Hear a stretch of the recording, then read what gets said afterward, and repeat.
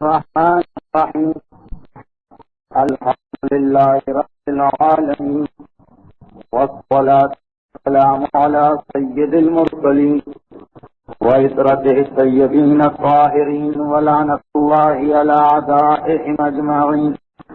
أما بعد فقد قال الله الحكيم في كتابه الكريم بسم الله الرحمن الرحيم وأذن للذين يقاتلون بأنهم ظلموا. بسم الله الرحمن الرحيم لقد نصركم الله ببدر أنتم أضل.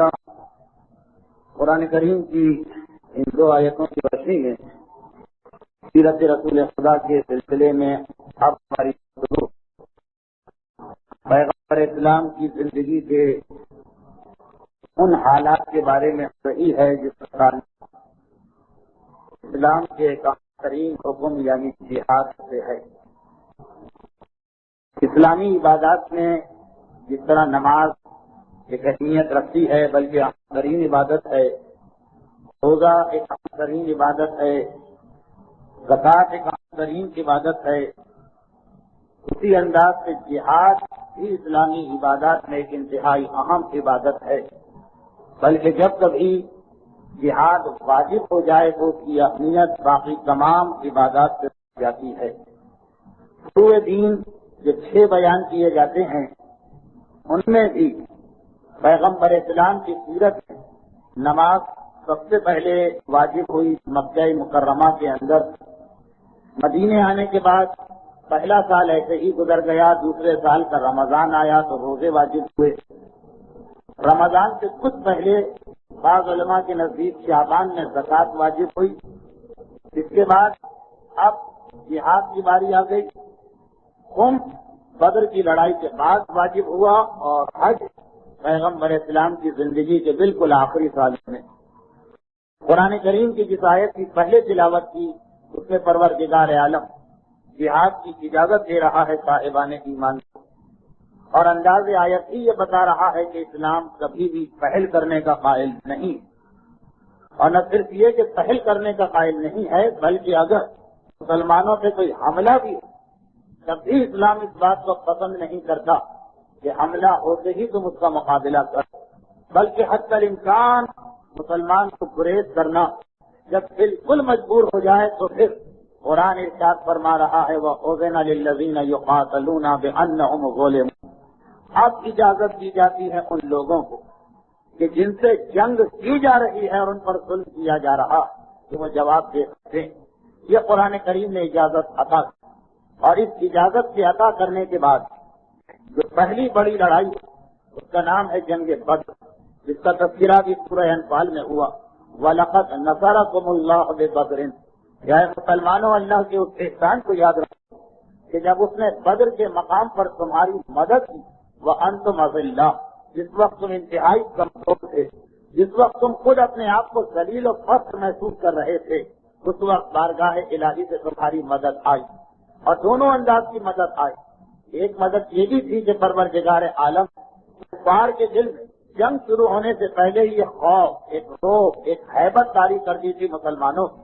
اور دوسری مدد یہ بھی تھی کہ مسلسل وَيُمْدِدْكُمُ اللَّهُ بِخَمْسِينَ أَلْفَ مَلَائِكَةٍ، پروردگار ب50,000 ملائکہ 5,000 فرشتوں سے تمہاری مدد کر رہا. دونوں انداز کی مدد آئی، یعنی مادی مدد بھی آئی کہ فرشتے نازل ہوئے، اور نفسیاتی مدد بھی آئی کہ مسلمانوں کے دشمن جنگ سے پہلے ہی آپس میں لڑنے لگے اور ان کے حوصلے پست ہونے لگے. تو یہ وہ جنگ ہے کہ جس کے بارے میں پروردگار خصوصیت سے تذکرہ کر رہا. اب یہ کس انداز سے لڑی گئی اور خدا نے مدد کس طرح سے کی وہ تو تقریر کے دوران آپ کے سامنے یہ باتیں آتی رہیں گی.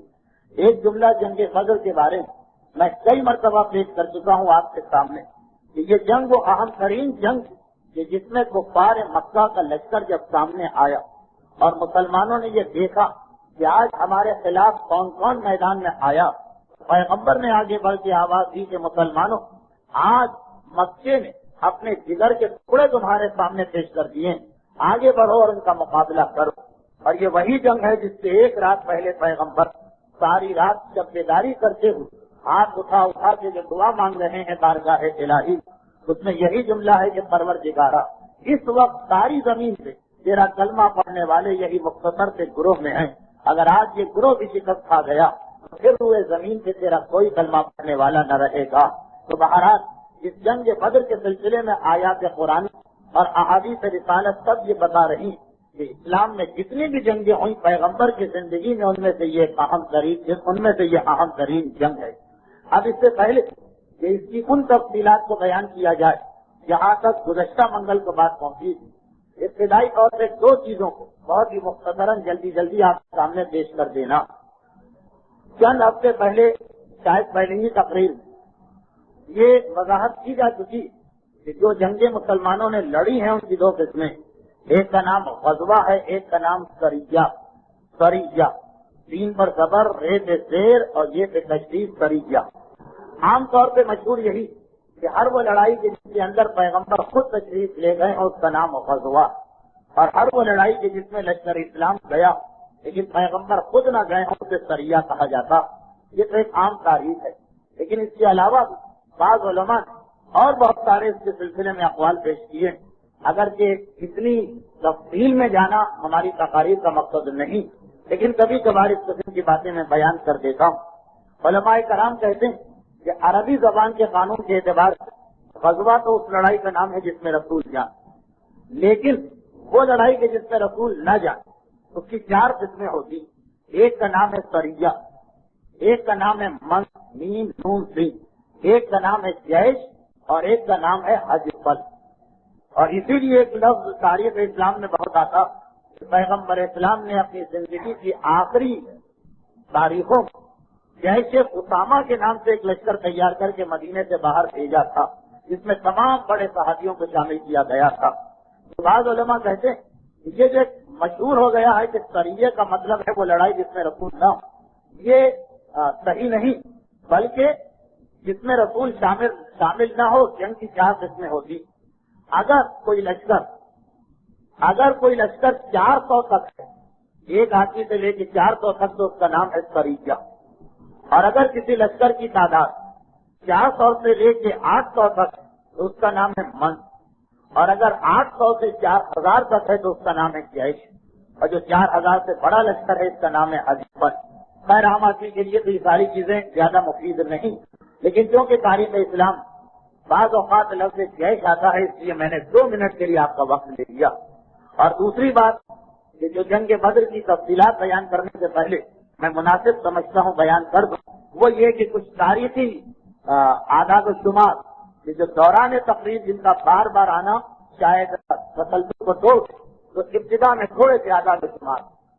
جنگ بدر اس لیے جنگ بدر کہلاتی کہ مدینے سے کچھ فاصلے، بلکہ مدینے سے تقریباً مکے کا فاصلہ ہے اس کا 1.5 کلومیٹر کے فاصلے پر ایک کنواں ہے جس کا نام بدر تھا، کیونکہ یہ لڑائی کنویں کے قریب لڑی گئی. کنویں کا نام بدر ہے، اس کنویں کی وجہ سے پورے محلے یا علاقے کا نام بدر. لڑائی وہاں پر ہوئی اس لیے اس کا نام غزوہ بدر یا جنگ بدر ہو گئے. یہ لڑائی اس وقت ہوئی تھی جب پیغمبر کے اعلان رسالت 15 سال گزرے تھے اور ہجرت کو 2 سال. رمضان کا مہینہ تھا. مشہور یہ ہے کہ 17 رمضان سن 2 ہجری کو یہ لڑائی ہوئی، یعنی 17 تاریخ رمضان کا مہینہ سن 2 ہجری.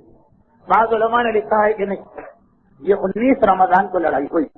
کتنا بے اختلاف ہے پر اس سے سب متفق کہ رمضان میں لڑائی ہوئی، اس سے سب متفق کہ 2 ہجری میں لڑائی ہوئی ہے، اس سے سب متفق کہ بدر کے کنویں کے قریب یہ لڑائی ہوئی. صرف تاریخ میں اختلاف ہے. زیادہ تر مورخین نے 17 تاریخ لکھی، بعض نے 19 لکھی ہے، اور ہمارے طالب علامہ محسن العاملی 18 رمضان کی تاریخ کو بھی اختیار کیا. دن جمعے کا دن تھا. اس میں سب پیغمبر اسلام بدر کی لڑائی لڑنے کے لیے 1 ہفتے پہلے شہر مدینہ سے باہر نکلے. چنانچہ جن علماء کے نزدیک 17 رمضان کو بدر کی لڑائی ہوئی وہ کہتے ہیں کہ رسول خدا 10 رمضان کو مدینے سے باہر نکلے، اور جن علماء کے نزدیک 19 رمضان کو لڑائی ہوئی وہ کہتے ہیں کہ 12 رمضان کو پیغمبر اسلام مدینے سے باہر نکلے. مسلمانوں کے لشکر کی تعداد 313 ہے، لیکن یہ اتفاقی مسئلہ نہیں. مشہور یہی ہے کہ مسلمان 313 تھے، لیکن بعض علماء نے یہ تعداد 306 لکھی ہے، بعض نے 308 لکھی، بعض نے 316 لکھی ہے اور بعض نے 308۔ بہرحال زیادہ مشہور 313 کی تعداد۔ ان 313 میں دو قسم کے مسلمان، ایک مدینے سے تعلق رکھنے والے انصار اور ایک مکے سے آنے والے مہاجرین۔ انصار کی بہرحال کثرت تھی کیونکہ مدینے کے اندر انہی کی تعداد زیادہ، مہاجرین کی تعداد کم، لیکن کتنے انصار ہیں کتنے مہاجرین اس عدد میں بھی اختلاف۔ بعض علماء کہتے ہیں کہ 236 انصار تھے اور 77 مہاجرین، بعض علماء کہتے ہیں کہ 229 انصار تھے اور 84 مہاجرین، اور بعض علماء کہتے ہیں کہ 216 انصار تھے اور 3 کم 100 یعنی 97 مہاجرین۔ اب ان تفصیلات سے بہت زیادہ کوئی فائدہ نہیں، لیکن جنگ بدر کا تذکرہ اور یہ باتیں نہ آئیں بھی مناسب نہیں، دوران تقریر ہم یہ بحث چھیڑ دیں وہ بھی مناسب نہیں، اس لیے ابتدا کے 4-5 منٹ میں اس بات کے لیے لے رہا ہوں۔ مشہور قول 313 اور اس میں 216 انصار اور 97 3 کم مہاجرین۔ کافروں کے لشکر کی تعداد 950 تھی۔ مسلمانوں کے پاس زیادہ مشہور یہی ہے کہ 6 زرہ بختر جسے پہن کے میدان میں دشمن کے حملوں کا مقابلہ کیا جاتا، 6 زرہ تھی، 8 تلواریں، 3 گھوڑے تھے اور 70 اونٹ تھے۔ یہ مسلمانوں کے پاس کل سامان جنگ تھا مشہور قول کے مطابق، لیکن یہ قول مشہور، اس کے اندر بھی اختلافات۔ بعض علماء نے کہا کہ 3 نہیں بلکہ صرف 2 گھوڑے، ایک حدیث معصوم ہے کہ 2 نہیں بلکہ صرف 1 گھوڑا۔ 70 اونٹ کی تعداد مشہور ہے، لیکن بعض نے کہا کہ اونٹ بھی صرف 7 تھے، لیکن یہ سارے اختلافی باتیں بیان کرنے سے کچھ واقعے سے زیادہ فرق نہیں پڑتا۔ اور کفار کے لشکر میں 700 اونٹ اور 300 گھوڑے، 950 کی تعداد کے لیے 1000 جانور۔ اور ایک آخری بات یہ کہ جب یہ جنگ ختم تو اس پہ تو سب متفق ہیں کہ اس میں 14 مسلمان شہید ہوئے، 6 مہاجر اور 8 انصار۔ کفار مکہ جو مارے گئے ہیں ان کی تعداد میں اختلاف ہے۔ علامہ مجلسی نے لکھا ہے کہ 80 کافر واصل جہنم ہوئے اور 80 گرفتار ہوئے، لیکن عام تاریخوں میں مشہور ہے کہ 70 مارے گئے اور 70 گرفتار ہوئے۔ بس یہ تاریخی تفصیلات ہو گئی، اعداد و شمار۔ اب آئیے ہم اپنے موضوع کو گزشتہ منگل کی تقریر سے آگے بڑھائیں۔ گزشتہ منگل کو بات یہ ہو رہی تھی کہ قریش مکہ کا ایک تجارتی قافلہ شام گیا ہوا اور وہ شام سے واپس آ رہا۔ مسلمان چونکہ 17 مہینے مسلمانوں کو ہو گئے ہیں ہجرت کیے، یعنی 17 مہینے مسلمانوں کو مکے سے نکلے ہوئے ہو گئے، اس لیے اب مکے والوں کا جوش و خروش ٹھنڈا پڑتا جا رہا، اور اب وہ یہ سوچ رہے ہیں کہ چلو مسلمان گئے، ان کے الفاظ میں ہماری بلا ٹلی، اب ہمیں مسلمانوں سے کیا ہوگا۔ لیکن مکے کے اندر وہ 2 یا 3 شخصیتیں کہ جو مسلمانوں سے انتہائی نفرت و دشمنی رکھتے ہیں، وہ یہ پسند نہیں کر رہے کہ مکے والوں کا جوش ٹھنڈا ہو۔ تو تاریخ کے واقعات دیکھ کے ایسا لگتا کہ انہوں نے آپس میں ایک بات کہی تھی کہ ہم کوئی ایسا بہانہ بنائیں گے کہ یہ جو مکے میں جوش اور جذبہ ٹھنڈا ہو رہا، یہ ٹھنڈا نہ ہونے پائے بلکہ مسلمانوں کے خلاف مکے والوں کو اتنا غصہ آئے کہ وہ ایک مرتبہ میدان میں نکلنے کو تیار ہو جائے۔ جیسے آج کل کے سیاستدان بھی یہی کرتے کہ جب یہ دیکھیں کہ عوامی جو خروش کم ہو رہا، کوئی نیا چوکا چلا جاتا، کوئی نیا ایشو قائم کیا جاتا، کوئی نیا مسئلہ پیش کیا جاتا اور ایک مرتبہ لوگوں کو اور عام افراد کو چھوڑ دلایا جاتا۔ اور یہ صرف آج کی بات نہیں، ہمیشہ کا طریقہ کار جو نہ یہ سوچا ان لوگوں نے مکے والوں کا سب سے نازک مسئلہ کیا، ان کی گپتی رکھ کیا ایسی چیز ہے کہ جس سے مکے والوں کو جوش پیدا ہو جائے۔ تو یہ سوچا گیا کہ دین اور مذہب اور خود اور خدا جو مکے والوں جس کو خدا مان رہے ہیں، یہ مکے والوں کا دولت اور مال مکے والوں کا مسئلہ، چنانچہ ایسا ظاہر کرو کہ جیسے تمہارا مال خطرے میں ہے، اب مکے کا ہر آدمی تیار ہو جائے۔ چنانچہ اس منصوبے کے تحت ایک آدمی کو تیار کیا گیا جو تجارتی قافلہ شام سے آ رہا، وہاں سے یہ اطلاع لے کے مکے میں آیا کہ مکے والوں تم آرام سے بیٹھے ہوئے ہو اور تمہارا مال خطرے میں۔ چنانچہ مکے والے جوش میں آئے، اگرچہ اس سے کچھ دن پہلے حضرت عبد المطلب کی بیٹی اور جناب ابو طالب کی بہن عاتقہ نے خواب دیکھا، جس کی وجہ سے مکے والے ذرا گھبرا گئے، لیکن ابو جہل وہ آنے والے نے جو فریاد اس کو اس طرح سے استعمال کیا کہ سارے مکے کو جوش دلایا۔ اور مکے کے اندر عوامی دباؤ اتنا زیادہ فرق ہے کہ وہ لوگ مسلمانوں کے خلاف میدان میں جانے کو تیار نہیں تھے، انہیں بھی زبردستی مسلمانوں کے خلاف میدان میں آنا پڑ گیا۔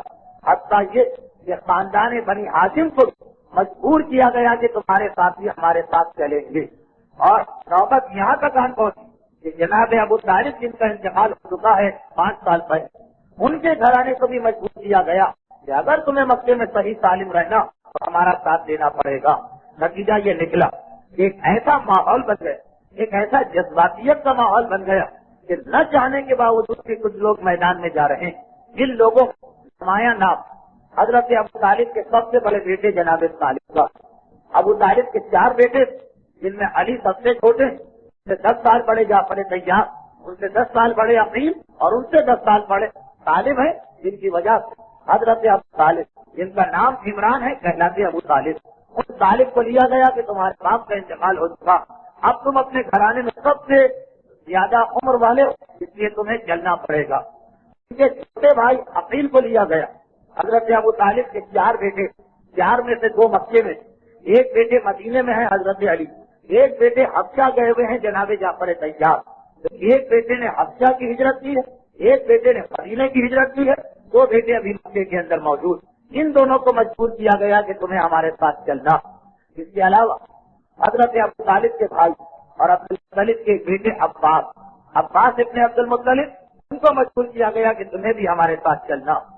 اور اسی طرح اسی خاندان عبد المطلب جناب حارث، ان بھائیوں میں سب سے بڑے یعنی ابو طالب اور عبداللہ کے بڑے بھائی، ان کے بیٹے نوفل کو مجبور کیا گیا کہ تمہیں چلنا۔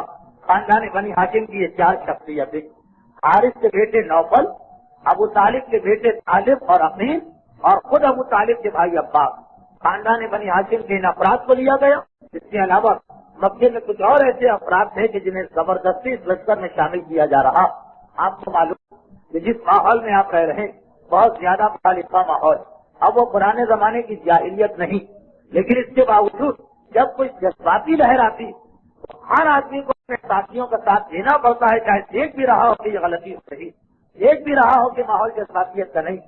وہاں تو جاہلیت کا ماحول تھا، وہاں تو تانے دیے جا رہے ہیں، وہاں تو دباؤ ڈالا جا رہا، بس یہ کہ لشکر چلا۔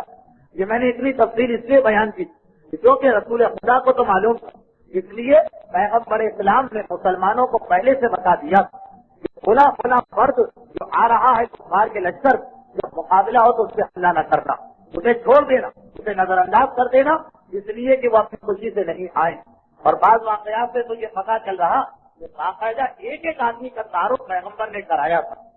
مکے کے مہاجرین جو آج کل مدینے پہنچے ہوئے ان کو تو خالی نام بتا دینا کافی، لیکن جو مدینے کے رہنے والے انصار جو کبھی مکے نہیں آئے ان کو باقاعدہ حلیہ بتا کے پیغمبر نے بتایا، بلا شکل و صورت کا انسان ہے، اس کے اوپر ہاتھ نہ ڈالنا، اس لیے کہ وہ خوشی سے نہیں آیا ہے، مجبوری میں آیا۔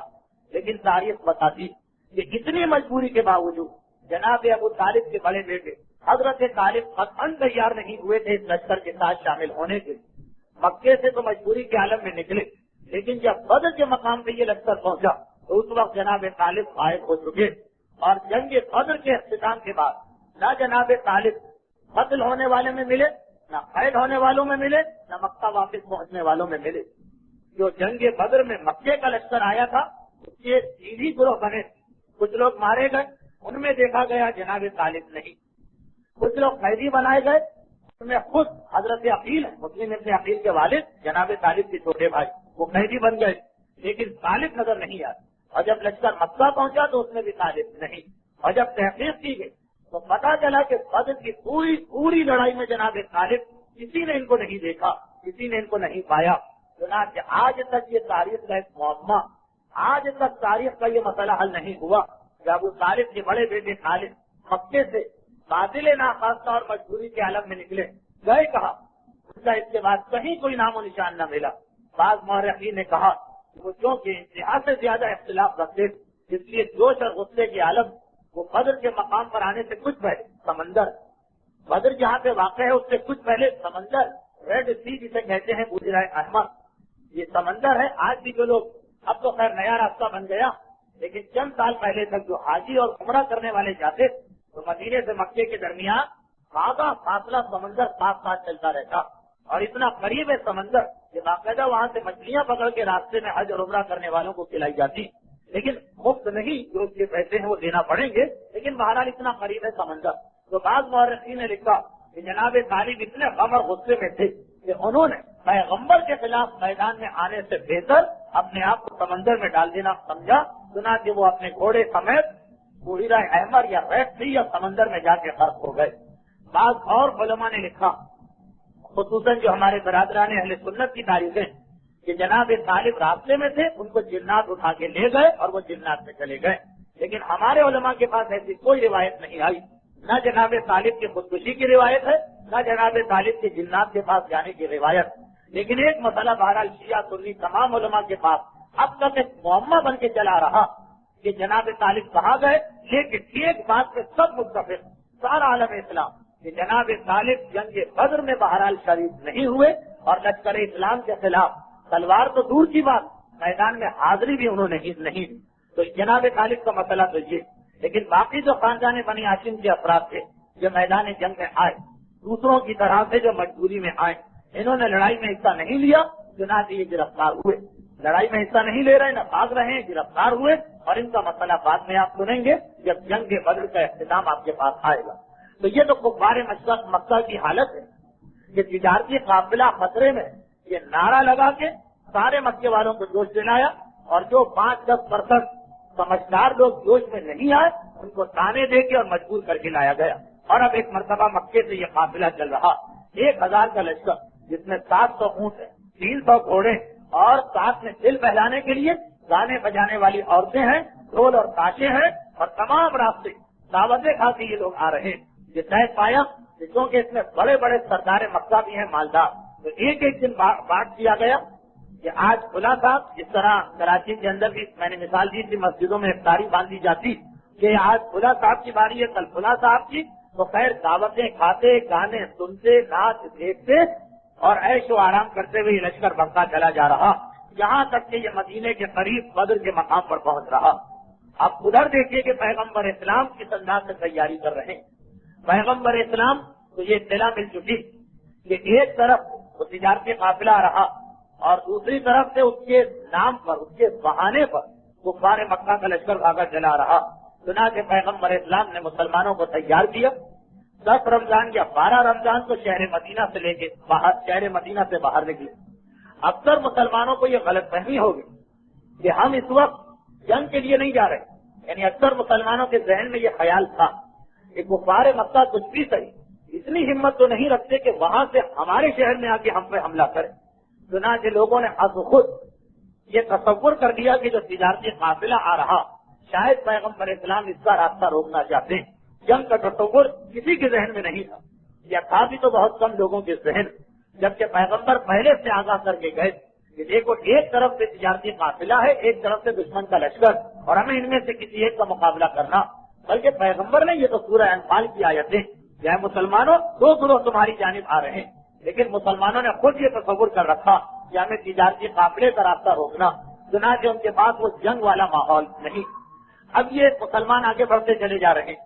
پیغمبر اسلام مسجد النبوی کو ویران نہیں کرنا چاہ، چنانچہ پیغمبر خود گئے تو اپنی جگہ عبداللہ ابن ام مکتوم، یہ پیغمبر اسلام کے ایک ایسے صحابی ہیں جو نابینا، وَلَيْسَ عَلَى الْأَعْمَى حَرَجٌ، قرآن کی آیت آئی کہ اندھے آدمی پر جہاد نہیں، چنانچہ پیغمبر ان کو مدینے میں چھوڑ کے گئے، اور کیونکہ یہ مدینے میں رہ گئے تو ان سے یہ کہا کہ مسجد النبوی کا مصلی تم کا حل، تو پیغمبر کی غیر موجودگی مسجد النبوی کی جماعت ختم نہیں ہوئی، بلکہ پیغمبر اپنے ایک صحابی کو مقرر کر کے گئے۔ اور جیسا کہ کئی بار یہ بات اب تو ممبروں سے بیان ہو چکی کہ اس دور میں عورتوں کی ایک بڑی تعداد کی مسجد میں نماز جماعت پڑھنے آتی تھی، اس لیے جماعت کا سلسلہ بھی بخیر و خوبی چلتا رہا۔ اب پیغمبر اسلام آگے جا رہے ہیں کہ کفار مکہ کے لشکر کا مقابلہ کرنا، لیکن پیغمبر اسلام کا ہمیشہ یہ طریقہ کار رہا کہ جاسوسوں کے ایک لشکر کو، جاسوسوں کی ایک جماعت کو، سراغسان تو نہیں، جاسوس، جنگی جاسوس جسے آج کل سیکرٹ ایجنٹ کہا جاتا، ان کو پیغمبر اسلام ہمیشہ آگے روانہ کیا کرتے تھے کہ تم حالات کی خبر لے کے آؤ۔ پیغمبر اسلام کے بھیجے ہوئے 2 جاسوس بدر کے کنویں تک پہنچ گئے۔ ابھی پیغمبر تو بدر سے بہت دور ہے، یہ پیغمبر کے 2 جاسوس وہاں تک پہنچ، اور اب وہ اس فکر میں ہے کہ ہم اتنی دور آ گئے اپنے ساتھیوں سے، اب تک کافروں کے کوئی آثار نظر نہیں آ رہے۔ یہ سارے واقعات اس لیے ہیں تاکہ آپ کو پتا چلے کہ اللہ کے رسول فقط معجزوں کے ذریعے سے جنگیں نہیں جیتی، بلکہ باقاعدہ جو جنگی حکمت عملی ہوتی ہے اس کے مطابق کام ہو رہا. لشکر اسلام آہستہ آہستہ آگے آ رہا اور ادھر پہلے سے جاسوسوں کو بھیجا جا رہا کہ دیکھ کے آؤ دشمن کہاں. ابھی چلتے رہے 150 کلومیٹر تقریباً 100 میل تک کوئی پتہ نہیں چل رہا, یہاں تک کہ بدر کا کنواں گئے. یہ جاسوس مزید آگے بڑھتے, لیکن بدر کے کنویں کے قریب جب یہ پہنچے تو بہت پیاسے تھے. چنانچہ انہوں نے پانی نکالا, خود پیا, اپنے اونٹوں کو پانی پلا رہے کہ وہاں 2 عورتوں میں لڑائی ہونے لگی. قریب میں قبیلہ تھا جس کا نام قبیلہ جوہنیہ, قریب میں رہتا. 2 عورتوں میں لڑائی ہونے لگی.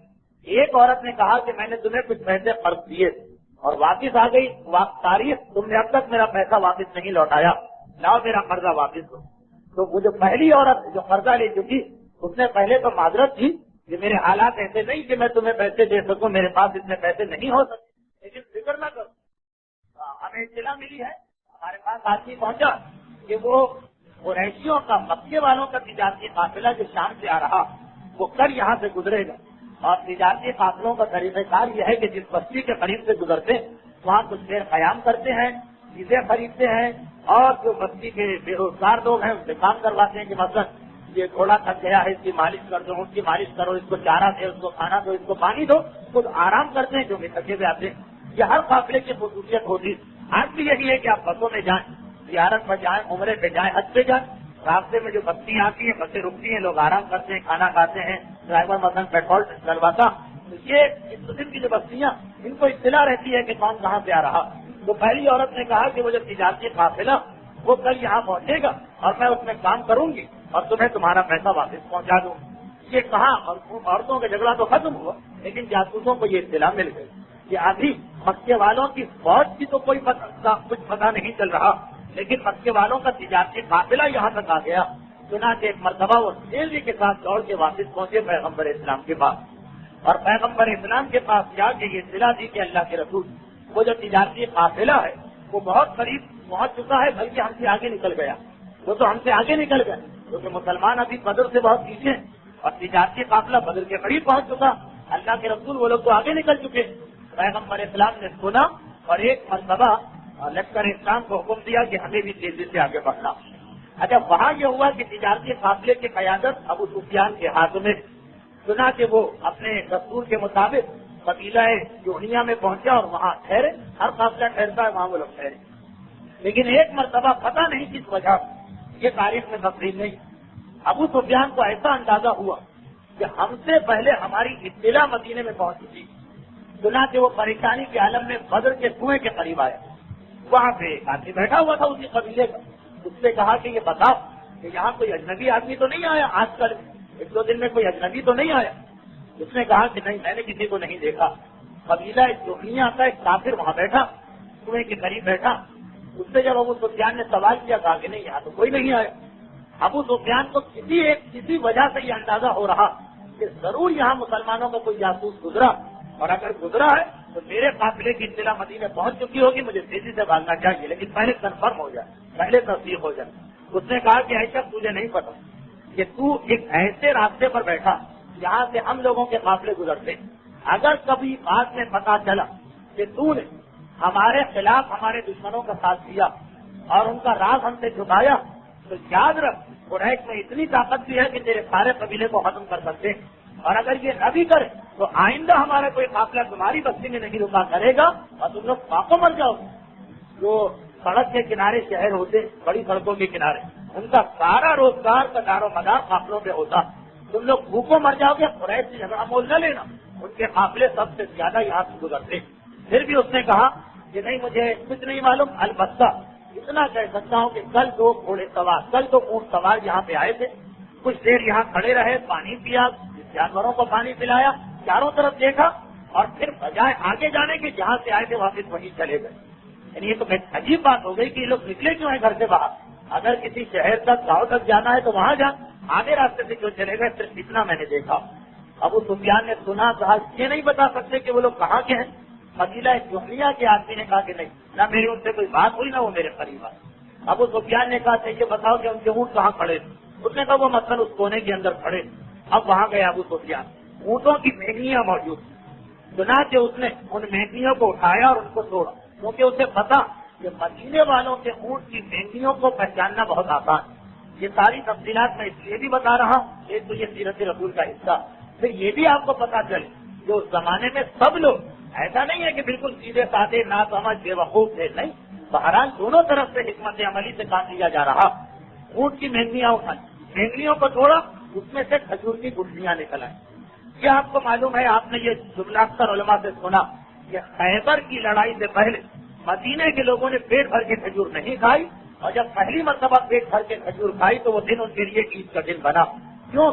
عرب کے اندر کھجور کی وہی اہمیت جو مثلا ہم لوگوں کے یہاں بریانی اور پلاؤ کی اہمیت ہوتی، لیکن آپ لوگوں کے یہاں شاید اس سے زیادہ دال کی اہمیت ہو جس میں گوشت پڑا ہوا ہے۔ یہ ہر کلچر کا اپنا اپنا مسئلہ، کچھ لوگوں کو بریانی زیادہ اچھی لگتی ہے اور کچھ لوگوں کو دال زیادہ اچھی لگتی ہے۔ خیر بہرحال تو جو ہم لوگوں کے یہاں بریانی یا پلاؤ یا قورمے کی اہمیت ہے، وہ عرب میں کھجوروں کی اہمیت، اور اسلام میں بھی کیونکہ کھجور رسول اور امام کا بھی من پسند کھانا، پیغمبر اسلام اور پورے 12 اماموں یعنی 4 معصومین کھانے کی چیزوں میں سب سے زیادہ رطب پسند، کھجور سب سے زیادہ پسند۔ یہی وجہ کہ فطرہ اگر آپ دیکھیں تو سب سے بہترین فطرہ، سب سے زیادہ ثواب والا فطرہ وہ کہ جو آپ روٹی یا گندم کا نہ دیں، چاول کا نہ دیں، آپ چاہیے کہ پلاؤ اور بریانی کا نہ دیں بلکہ کھجور کا دیں، اس لیے کہ اپنی پسندیدہ چیز سے زیادہ ثواب امام اور رسول کی پسندیدہ چیز کو دینے میں۔ تو بہرحال کھجور ایک انتہائی اہم غذا مانی گئی۔ اسی طرح اگر کوئی آدمی روزے نہیں رکھتا اور بعد میں اسے غلطی کا احساس ہوا، اس نے کفارہ دیا یعنی 60 غریبوں کو کھانا کھلاؤ، یا جو بوڑھے آدمی روزے نہیں رکھتے ہیں اور ہر روزے کے بدلے میں کھانا کھلاتے ہیں، اس میں آپ کی مرضی تو ہے کہ جو کھانا آپ چاہیں غریب کو کھلائیں، لیکن اگر کوئی آدمی یہ پوچھے کہ مجھے وہ کھانا بتائیے جس کا ثواب سب سے زیادہ، وہ کھجور۔ روزے کے کفارے میں بھی سب سے زیادہ ثواب کھجور کھلانے میں، اور جتنے بھی اسلام نے کفارے اور کھانے، اس اعتبار سے کہ عرب کے ماحول میں کھجور سب سے اہم چیز، لیکن کھجور اتنی ملتی نہیں ہے، خصوصاً مکے والوں کے پاس تو کھجور ہے ہی نہیں، پورا مکہ پہاڑی علاقہ ہے، وہاں کوئی چیز پیدا نہیں ہوتی۔ غیر ذی زرع، حضرت ابراہیم فرماتے ہیں کہ ربی انی اسکنت من ذریتی بواد غیر ذی زرع، پروردگارا تیرے حکم پر میں نے اپنی بیوی اور اپنے بیٹے ایسے مکان پہ چھوڑا ہے کہ جہاں گھاس کی پتی بھی نہیں اگا کرتی۔ کھجور زیادہ تر مدینے میں اور کہیں عرب میں نہیں، چنانچہ مکے والے وہ کھجور کھا سکتے ہیں جو مدینے سے ان کے یہاں بھیجی جائے۔ مدینے والوں کا مسئلہ یہ کہ ان کے قدم قدم پہ کھجور۔ خیر بہرحال میں زیادہ تفصیل میں چلا گیا۔ ابو سفیان نے اونٹوں کی مہنگی اٹھائی، مہنگی کو تھوڑا تو کھجور کی گٹھلیاں لی، کہا میں پہچان گیا کہ یہ 2 آنے والے مدینے کے آدمی تھے، اس لیے کہ صرف مدینے والے وہ کہ جو کھجور اپنے اونٹوں کو کھلا سکتے ہیں، باقی عرب والے آدمیوں کو کھجور نہیں کھلا سکتے، اونٹوں کو کہاں سے کھلائیں گے۔ لیکن مکے میں کیونکہ کھجور مدینے میں کیونکہ کھجور کثرت کے ساتھ پائی جاتی، کھجوری کھجور، آج بھی آپ جا کے دیکھیں تو کھجوروں کے باغات نظر آ رہے ہیں، تو یہ مدینے والوں کے پاس اتنے کھجور کہ وہ جانوروں تک کو کھلاتے۔ ابو سفیان نے پہچان لیا، جیسے ہی پہچانا دوڑ کے واپس آ، اپنے قافلے سے کہا اب یہ قبیلہ جوہنیہ جو ہے یہ ایک ایسی جگہ واقع ہے جہاں کم سے کم 2 دن 3 دن قافلے آرام کرتے ہیں بیچ راستے سے، کہا کہ آرام چھوڑو، دشمن ہمارے سر پہ آ پہنچا، مدینے والوں کے جاسوس جہاں تک آ گئے، ان کا قافلہ کسی وقت بھی آ سکتا ہے، چلو بھاگ چلو۔ یہ کہہ کے پورے تجارتی قافلے کو آرام سے اٹھایا اور تیزی کے ساتھ چلے، اور پھر بھی یہ خوف کہ ایسا نہ ہو کہ ہمارے دشمن ہم سے زیادہ تیزی سے آئیں، تو راستہ بدل دیا اور ایک بالکل ہی غیر معروف اور پرانے راستے سے اپنے لشکر کو لے کے مکہ چلا گیا۔ اس راستہ بدلنے کی وجہ سے یہ ہوا کہ وہ جب مکے سے لشکر آ رہا وہ تجارتی قافلے سے نہیں ملنے پایا۔ دیکھیے اگر یہ اسی راستے سے مکے جاتے جس سے عام طور پہ لوگ جا رہے تو جو مکے سے ابو جہل کا لشکر آ رہا ہے اور یہ ابو سفیان کا تجارتی قافلہ ایک ساتھ مل جاتے اور پورے اکٹھا ہو جاتے، لیکن وہ جو کہ دوسرے راستے سے اپنے ساتھیوں کو لے کے گیا تو وہ مکہ پہنچ گیا اور بڑی تیزی سے گیا، اور یہ لوگ اب ابو جہل وغیرہ وہ چلتے چلتے یہاں بدر کے قریب آ پہنچے۔ تو اب یہ صورتحال بنی کہ ابو سفیان وہ اپنے ساتھیوں کو لے کے سامان تجارت کو لے کے مکہ پہنچ گیا، بلکہ بعض روایتوں میں ہے کہ اس نے فوراً خط بھی بھجوایا، جیسے ہی مکہ پہنچا اطلاع ملی کیونکہ پورا مکہ خالی، خاص طور پر جتنے بڑے بڑے لوگ ہیں جن کا سامان لے کے آیا ان میں سے تو کوئی بھی نہیں، پوری اطلاع ملی، فوراً خط بھجوایا کہ میں مکے پہنچ چکا ہوں۔ لیکن ہمارے بعض علماء نے کہا کہ نہیں، یہ والی روایت بہت کمزور ہے، اور جنگ بدر کچھ اور بھی ایسی روایتیں کتابوں میں لکھی گئی جس سے یہ ظاہر ہوتا کہ بعد میں بنو امیہ کے بادشاہوں کو خوش کرنے کے لیے کچھ روایتوں کو بنایا گیا، اب اس کی تفصیل میں جانا بیکار ہے۔ بہرحال تجارتی قافلہ پہنچ گیا، ابو جہل کا لشکر وہ چونکہ عام راستے سے آ رہا ہے اسے یہ قافلہ نہیں ملا، چلتے چلتے وہ بدر تک پہنچ گئے۔ پہلے زمانے میں بدر تک تو ہر اس آدمی کو آنا پڑتا ہے جو مدینے جانا چاہتا، جیسے کراچی سے لاہور جائیں تو حیدرآباد تو ضرور راستے میں آئے گا، تو خیر وہ لوگ بدر کے قریب آئے۔ وہاں کیا ہوا کہ یہ جو دو سراغ رسان تھے جنہوں نے عورتوں کی بات سنی، انہوں نے جا کے پیغمبر کو بتا دیا کہ اب وہ لشکر بہت قریب، اب وہ تجارتی قافلہ بہت قریب آ گیا۔ ان سراغ رسانوں کو، جاسوسوں کو بھی بیچاروں کو نہیں پتا یہ ایک لشکر بھی آ رہا، یہ تو خالی تجارتی قافلے کی بات عورتوں سے سن کے چلے گئے، لیکن پیغمبر اسلام کو معلوم کہ اصل کیا حقیقت ہے، رسول تو بہرحال ان چیزوں کو جانتا۔ خیر عام مسلمانوں نے سنا کہ تجارتی قافلہ بہت قریب آ رہا، انہوں نے سوچا کہ ہماری منزل قریب آ گئی، چنانچہ وہ لوگ تیزی سے آگے بڑھنے لگے۔ یہ لوگ تیزی سے آگے بڑھتے چلے جا رہے ہیں، راستے میں ایک منزل پر، راستے میں ایک مقام پہ ان کے ہاتھ میں دو غلام آ گئے۔ یہ دو غلام مکے کے لشکر والے تھے جو کسی کام یا پانی بھرنے کے لیے گھر آ رہے تھے، مسلمانوں نے پکڑ لی اور مسلمانوں نے پکڑ کے یہ سوال کیا کہ یہ بتاؤ اب تجارتی قافلہ کہاں؟ تو غلام کٹ پٹائے کیونکہ ان کو تو پتہ ہی نہیں کہ تجارتی قافلہ کیا چیز، وہ تو لشکر میں آ رہے ہیں۔ پیغمبر اسلام نماز پڑھ رہے، پیغمبر کی نماز جاری تھی اور اس دوران یہ دو غلام پکڑے گئے۔ اب پیغمبر نماز پڑھ رہے ہیں اور ان غلاموں کو پکڑا اور سوال کیا گیا۔ غلاموں نے کہا کہ کوئی تجارتی قافلہ یہاں نہیں ہے، تم کو غلط فہمی ہو رہی۔ مسلمان یہ سمجھے کہ بھائی دشمن کے کسی بھی آدمی کو پکڑو گے وہ صحیح بات تو نہیں بتائے گا، وہ سمجھے کہ یہ بات جو مانا جا رہا، چنانچہ اس پہ سختی کرنا شروع کی کہ بتاؤ ورنہ ہم تم کو سزا دیں۔ اس نے کہا کہ ہم پھر بتاتے ہیں، کوئی قافلہ نہیں بلکہ لشکر آ رہا ہے کافروں کا، مکے والوں کا تمہارے خلاف، بہت بڑا لشکر۔ ایک مرتبہ مسلمان پھر یہ سمجھے کہ یہ ہم کو دھوکہ دیا جا رہا، لشکر کی بات کہی جا رہی ہے تاکہ ہم ڈر کے واپس چلے جائیں، اصل میں لشکر نہیں ہے بلکہ تجارتی قافلہ۔ اب مسلمانوں کے ذہن میں یہ خیال ہے غلام سچ بتا رہے ہیں کہ کوئی قافلہ نہیں ہے لشکر، اور مسلمان ٹھیک، بہرحال یہ فطری چیز ہے کہ خیال ضرور آتا کہ یہ لشکر کو بچانے کے لیے غلط بات کہہ رہے ہیں۔ پیغمبر اسلام نے نماز پڑھی اور ایک مرتبہ مسلمانوں کو مخاطب اور کہا کیوں ان کے پیچھے پڑے ہو، وہ جو کہہ رہے ہیں بالکل صحیح کہہ رہے ہیں۔ اب ذرا مسلمان سٹ پٹائے، اللہ کے رسول کیا مطلب، یہ لشکر کہاں سے نکل آیا، ہم کو تو تجارتی قافلے کی اطلاع۔ پیغمبر نے کہا اتنی دیر سے یہ بیچارے صحیح کہہ رہے ہیں، تم ان کی بات کیوں نہیں مانتے ہو، حقیقت یہی ہے کہ قافلہ چلا گیا۔ اب بہرحال لشکر ہے، وہ بار ہے جس سے ہمیں مقابلہ کرنا۔ پھر وہ واقعہ پیش آیا جو میں نے 2 منگل پہلے تقریر کے آخر میں ضمن بتا دیا کہ پیغمبر نے کہا کہ اتنا بتاؤ کہ کتنے آدمی ہے اس لشکر میں۔ غلاموں نے گھبرا کے کہا کہ یہ تو ہم کو نہیں معلوم کہ کیا گنتی، بہت بڑا لشکر، تعداد کیا ہے یہ نہیں پتا۔ پیغمبر نے کہا یہ بتاؤ کھانے پینے کا کیا انتظام ہوتا، سب لوگ خود اپنا انتظام کرتے ہیں؟ کہا کہ نہیں، پورے لشکر کے لیے ایک دعوت ہوتی، ایک دن ایک سردار، ایک دن ایک سردار، ایک دن ایک سردار۔ پیغمبر نے کہا یہ بتاؤ کہ کتنے اونٹ سبا نہر کیے جاتے ہیں؟ تو کہا کہ کسی دن 9 اونٹ، کسی دن 10 اونٹ، عرب میں ایک اونٹ میں 100 آدمی پیٹ بھر کے کھا لیں آرام کے ساتھ۔ چنانچہ پیغمبر نے کہا کہ اگر ایک دن 9 اور ایک دن 10، اس کا مطلب یہ ہے کہ لشکر کی تعداد 900 اور 1000 کے درمیان، اور یہ وہی 950 بات سے نکلی۔ خیر چھوڑو ان غلاموں کو، ان سے ہمارا کوئی واسطہ نہیں، یہ کہہ کہ پیغمبر نے ان کو جانے کی اجازت۔ اور پھر ایک مرتبہ اب پیغمبر نے سارے مسلمانوں کو بٹھایا۔ کچھ ایسے واقعات پیش آئے جو تاریخ میں کچھ اور، لیکن حقیقی روایتیں کچھ اور ہے، وہ میں نہیں بتا سکتا، بہت ہی مختصراً اس مرحلے کو مجھے آگے پہنچا دینا۔ البتہ اس موقع پر مقداد جو پیغمبر اسلام کے اہم ترین صحابیوں میں ایک، سب سے بڑے صحابی سلمان، دوسرے نمبر پر ابو ذر، تیسرے نمبر پر مقداد، عمار یاسر بھی چوتھے نمبر پہ آتے، وہ مقداد اس موقع پہ ایک ایسی تاریخی تقریر کی کہ بعد میں ساری زندگی اصحاب رسول کہتے رہے کہ کاش وہ جملہ کہنے کا شرف ہم کو ملتا کہ جب مقداد نے اسے کہا۔ وہ واقعہ کیا ہوا کہ جب غلام کی اطلاع دے کے چلے گئے تو اب 3 چیزیں آپ نے سنی کہ کس طرح ابو سفیان کا قافلہ بچ گیا، ابو جہل کا لشکر بڑھتے بڑھتے بدر کے قریب آیا، اور یہاں پیغمبر ابھی بیچ راستے میں ایک دم سے مسلمانوں کو پتا چلا کہ ہماری توقعات کے برخلاف بجائے تجارتی قافلے کے ہمیں لڑائی لڑنا، چنانچہ پیغمبر نے پہلے مسلمانوں کو آگاہ کرنا چاہا، سب کو بٹھایا اور بٹھانے کے بعد کہا کہ اے مسلمانوں، اب یہ صورتحال میں نے تمہیں مدینے سے نکلتے وقت بھی بتایا لیکن تم نے خیال نہیں کیا، لیکن اب یہ صورتحال کہ ہمیں میدان جنگ میں جانا پڑے گا، بتاؤ تمہاری کیا رائے۔ بعض اہم ترین مسلمانوں کے کچھ ایسے جملے جو پیغمبر اسلام کے چہرے کا رنگ سرخ ہو گیا اور پیغمبر اسلام انتہائی جلال میں آ گئے۔ اس وقت جناب مقداد ابن اسود کھڑے تھے۔ قرآن کریم میں ایک واقعہ کہ جس وقت بنی اسرائیل کو جناب موسیٰ بچا کے لے آئے، فرعون کے مظالم سے بچا کے لے آئے، اور پھر ایک مرتبہ فرعون سے لڑائی لڑنا پڑی، تو بجائے اس کے کہ بنی اسرائیل موسیٰ کا احسان مانتے اور یہ کہتے کہ یا نبی اللہ آپ نے ہم پر احسان کیا، ہماری خاطر اپنے آپ کو خطرے میں ڈالا ہے، ہم آپ کا مقابلہ کریں.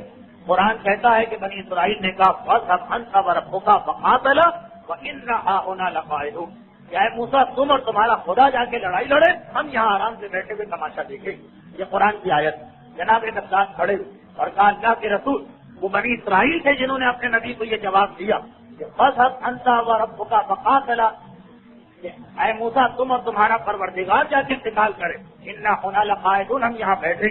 لیکن خدا کی قسم اللہ کے رسول آپ ہمیں جہاں لے جائیں ہم آپ کے ساتھ جائیں گے، حتیٰ یہ کہ ملک حبشہ کے آخری کونے میں بھی اگر آپ لے جائیں تو آپ دیکھیں گے کہ ہم آپ کے ساتھ ہیں، ہم بنی اسرائیل کی طرح اپنے نبی کو چھوڑنے والے نہیں.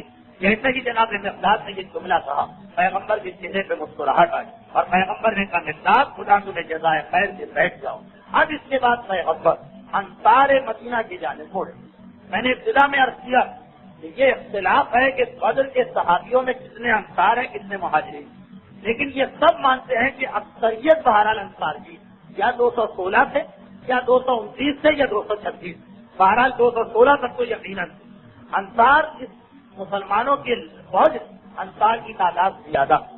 پھر ایک اور مسئلہ کہ جب پیغمبر ہجرت کر کے مدینے آ رہے تھے تو اس وقت انصار نے پیغمبر سے وعدہ کیا کہ اللہ کے رسول آپ مدینے میں چلے، مدینے میں اگر کوئی آپ پہ حملہ کرے گا تو ہم اپنے آپ کو اور اپنے بچوں کو آپ پہ قربان کریں.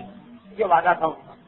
لیکن اب اس وقت جو بات ہے قانونی اعتبار سے یہ معاہدے کے خلاف ہو رہی ہے بات، کیونکہ پیغمبر مدینے سے باہر آ چکے، یعنی جو انصار پیغمبر سے وعدہ کر کے لائے تھے پیغمبر، اب انصار پر پیغمبر کی مدد کرنا اس وعدے کی وجہ سے واجب نہ رہے، کیونکہ وعدہ تھا کہ مدینے میں کوئی حملہ کرے تو ہم آپ کا ساتھ دیں گے، مدینے کے باہر کی ذمہ داری نہیں لی. تو انصار کے ساتھ دو مسئلے ہو، ایک تو ان کی تعداد زیادہ اور دوسرا یہ ہے کہ جو ان کا عہد ہے پیغمبر سے اس کے اعتبار سے وہ آزاد واپس جا سکتے. چنانچہ پیغمبر نے انصار کو دیکھا.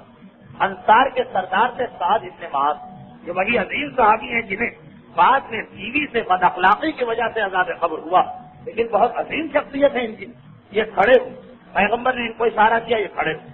پیغمبر نے کہا کہ اے سعد، مقداد کی بات کو تم نے سنی. مقداد مہاجرین تو ہر وقت پیغمبر کا ساتھ دیں، مثلا انصار کا، اس کی بات سنی تم کیا کہتے؟ سعد ابن معاذ نے کہا اللہ کے رسول ایسا لگ رہا کہ مدینے سے آپ ہمیں لے کے چلے تھے، اب آپ کا ارادہ کچھ بدل گیا. پیغمبر اسلام نے کہا کہ ہاں تمہارے ذہن میں یہ خیال تھا کہ تمہیں جنگ نہیں کرنا، لیکن اب یہ جنگ ہو کے رہے گی، پروردگار مجھے یہ پیغام دے چکا، اب بتاؤ کہ تمہاری رائے کیا، کیونکہ معاہدے کے اعتبار سے تو یہ آزاد. سعد ابن معاذ نے کہا اللہ کے رسول جب ہم نے آپ کو تسلیم کیا اور آپ کے کہنے پہ خدا کو تسلیم کیا اور آپ کی اطاعت کی قسم کھائی تو اب ہم سے پوچھنے کا کوئی سوال ہی پیدا نہیں ہوتا. اب آپ کو کوئی ضرورت نہیں ہے کہ ہم سے کوئی سوال کریں. خدا کی قسم اور اس رات کی قسم جس نے آپ کو بھیجا، اگر آپ ہم کو لے کے سمندر کے قریب جائیں اور کہیں کہ سمندر میں کود جاؤ تو ہم آپ کے حکم سے سمندر میں کود جائیں گے. پروردگار وہ وقت جلد از جلد لا کہ جب آپ یہ دیکھیں کہ ہم کس طرح سے آپ کی فرما برداری کرتے اور پھر آپ کی آنکھیں ہمارا عمل دیکھ کے ٹھنڈی ہو. اللہ کے رسول آپ چلے، ہم آپ کے ساتھ. سعد ابن معاذ کی جوشیل اور ایسی تقریر نے کہ جو ہر مومن کی زبان پہ ہونا چاہیے. پیغمبر اسلام کو انتہائی خوش کیا. پیغمبر نے کہا چلو اب ہم چل رہے ہیں. اور اسی منزل پر بعض علماء کہتے ہیں کہ پیغمبر جو جنگ بدر کا بڑا علم تھا وہ منگوا کے امیر المومنین کے ہاتھ میں دیا، کیونکہ اب یہ فوجی لشکر بن رہا. جنگ خیبر میں تو علم ملا ہی، بدر کی لڑائی میں بھی مولا کائنات کے ہاتھ میں بڑا علم دیا گیا. پیغمبر نے 3 علم بنائے. 2 چھوٹے علم تھے، ایک مہاجرین کے لیے جو جناب محمد ابن عمیر کو ملا، وہ پیغمبر کے صحابی جنہوں نے مدینے میں انقلاب برپا کیا، اور انصار کا علم انہی سعد ابن معاذ کو دیا گیا. لیکن پورے لشکر کا علم جو بڑا علم وہ امیر المومنین کے ہاتھ میں دیا گیا اور کہا چلو. اور پھر اس وقت پیغمبر نے اپنے ساتھیوں میں سے ایک کو واپس بلا لیا. ابو لبابہ ان کا نام. مدینے کی مسجد میں ان کے نام سے ایک انتہائی اہم ستون. جب بھی آپ مدینے کبھی جائیں تو اس ستون کے قریب دعا مانگنا اور 2 رکعت نماز پڑھنا نہ بھولیے گا. اس کا نام ہے ستون ابی لبابہ. یہ مدینے کے پرانے رہنے والے، مگر بعد میں اس واقعے کے کئی سال بعد اس سے غلطی ہو گئی اور پھر انہوں نے اس ستون کے پاس دعا ابھی میں امام کو تو میں مقرر کر کے آیا ہوں، لیکن اب ہم جنگ کرنے جا رہے ہیں، چنانچہ مدینے میں حاکم بھی ہونا چاہیے ایک نائب۔ ابو لبابہ تم جا کے مدینے کی حکومت سنبھالو اور عبداللہ کو مسجد النبوی کی امامت سنبھالے۔ یہ کہہ کہ پیغمبر نے ابو لبابہ کو آدیش دیا کہ ابو لبابہ مدینے کے شہر کے حاکم بن گئے، یعنی پیغمبر نے پوری تیاری کر لی اور طریقہ بتایا کہ اگر آئے اس طرح سے باہر ہے تو اس کو کس طرح سے اپنا نائب مقرر کرنا۔ مدینے کا حاکم بھی بنا، مدینے کے امام جماعت کا انتظام ہوا، اب پیغمبر آگے بڑھے۔ مسلمانوں کے پاس سواری کا جانور بہت کم، چنانچہ اب ہوا یہ ہے کہ 3 آدمیوں میں 1 اونٹ آتا اور اونٹ پر ایک وقت میں 2 سے زیادہ آدمی نہیں بیٹھ سکتے۔ گلفتن کے ساحل پر اونٹ کی سواری کرنا الگ چیز، لیکن صحراؤں اور ریگستانوں میں میدان جنگ میں جا کے دشمن کا مقابلہ کرنا الگ چیز۔ اس لیے کہ ساحل سمندر کے اونٹ پہ تو کبھی پوری فیملی بھی ایک اونٹ پہ بیٹھ جاتی، 15 آدمی چلتے ہوتے، لیکن میدان جنگ میں تو یہ نہیں چلے گا۔ اس لیے میدان جنگ ایک اونٹ پہ صرف 2 آدمی بیٹھ سکتے اور ہر 3 آدمیوں میں پیغمبر نے ایک اونٹ رکھا، تو نتیجہ یہ ہے کہ 2 آدمی باری باری بیٹھتے، 2 آدمی بیٹھتے ہیں، ایک آدمی پیدل چلتا، پھر 2 میں سے ایک اترا، یہ اس کی جگہ بیٹھ، پھر ایک پہلا اترا اور جو اترا ہوا تھا وہ بیٹھا، اس طرح لوگ چل رہے ہیں۔ پیغمبر اسلام کا جو اونٹ تھا اس میں بھی پیغمبر کے 2 شریک ہو گئے، تو بالکل حساب سے پیغمبر نے سب کو بٹھایا تھا۔ پیغمبر کے ساتھ ایک تو امیر المومنین تھے، وہ تو بہرحال تاریخ اسلام میں کہیں وضاحت کی ضرورت ہی نہیں، اور ایک یہی ابو لبابہ جنہیں پیغمبر نے ابھی مدینے میں بھیجا۔ تو یہ طریقہ تو شروع سے چلا رہا تھا۔ امیر المومنین اور ابو لبابہ دونوں نے ہاتھ جوڑ کے کہا تھا کہ اللہ کے رسول، ہمارا دل یہ گوارا نہیں کرتا کہ ہمارے آرام کی خاطر آپ پیدل چلے، باقی تو ٹھیک ہے، سب لوگ اپنی اپنی جگہ بدل رہے ہیں، ہم دونوں خوشی سے اپنا حق آپ کو دے رہے ہیں، اور آپ اونٹ سے نہ اترے، جو دوسری جگہ ہے اس پر ہم باری باری جگہ کو بدلا کریں۔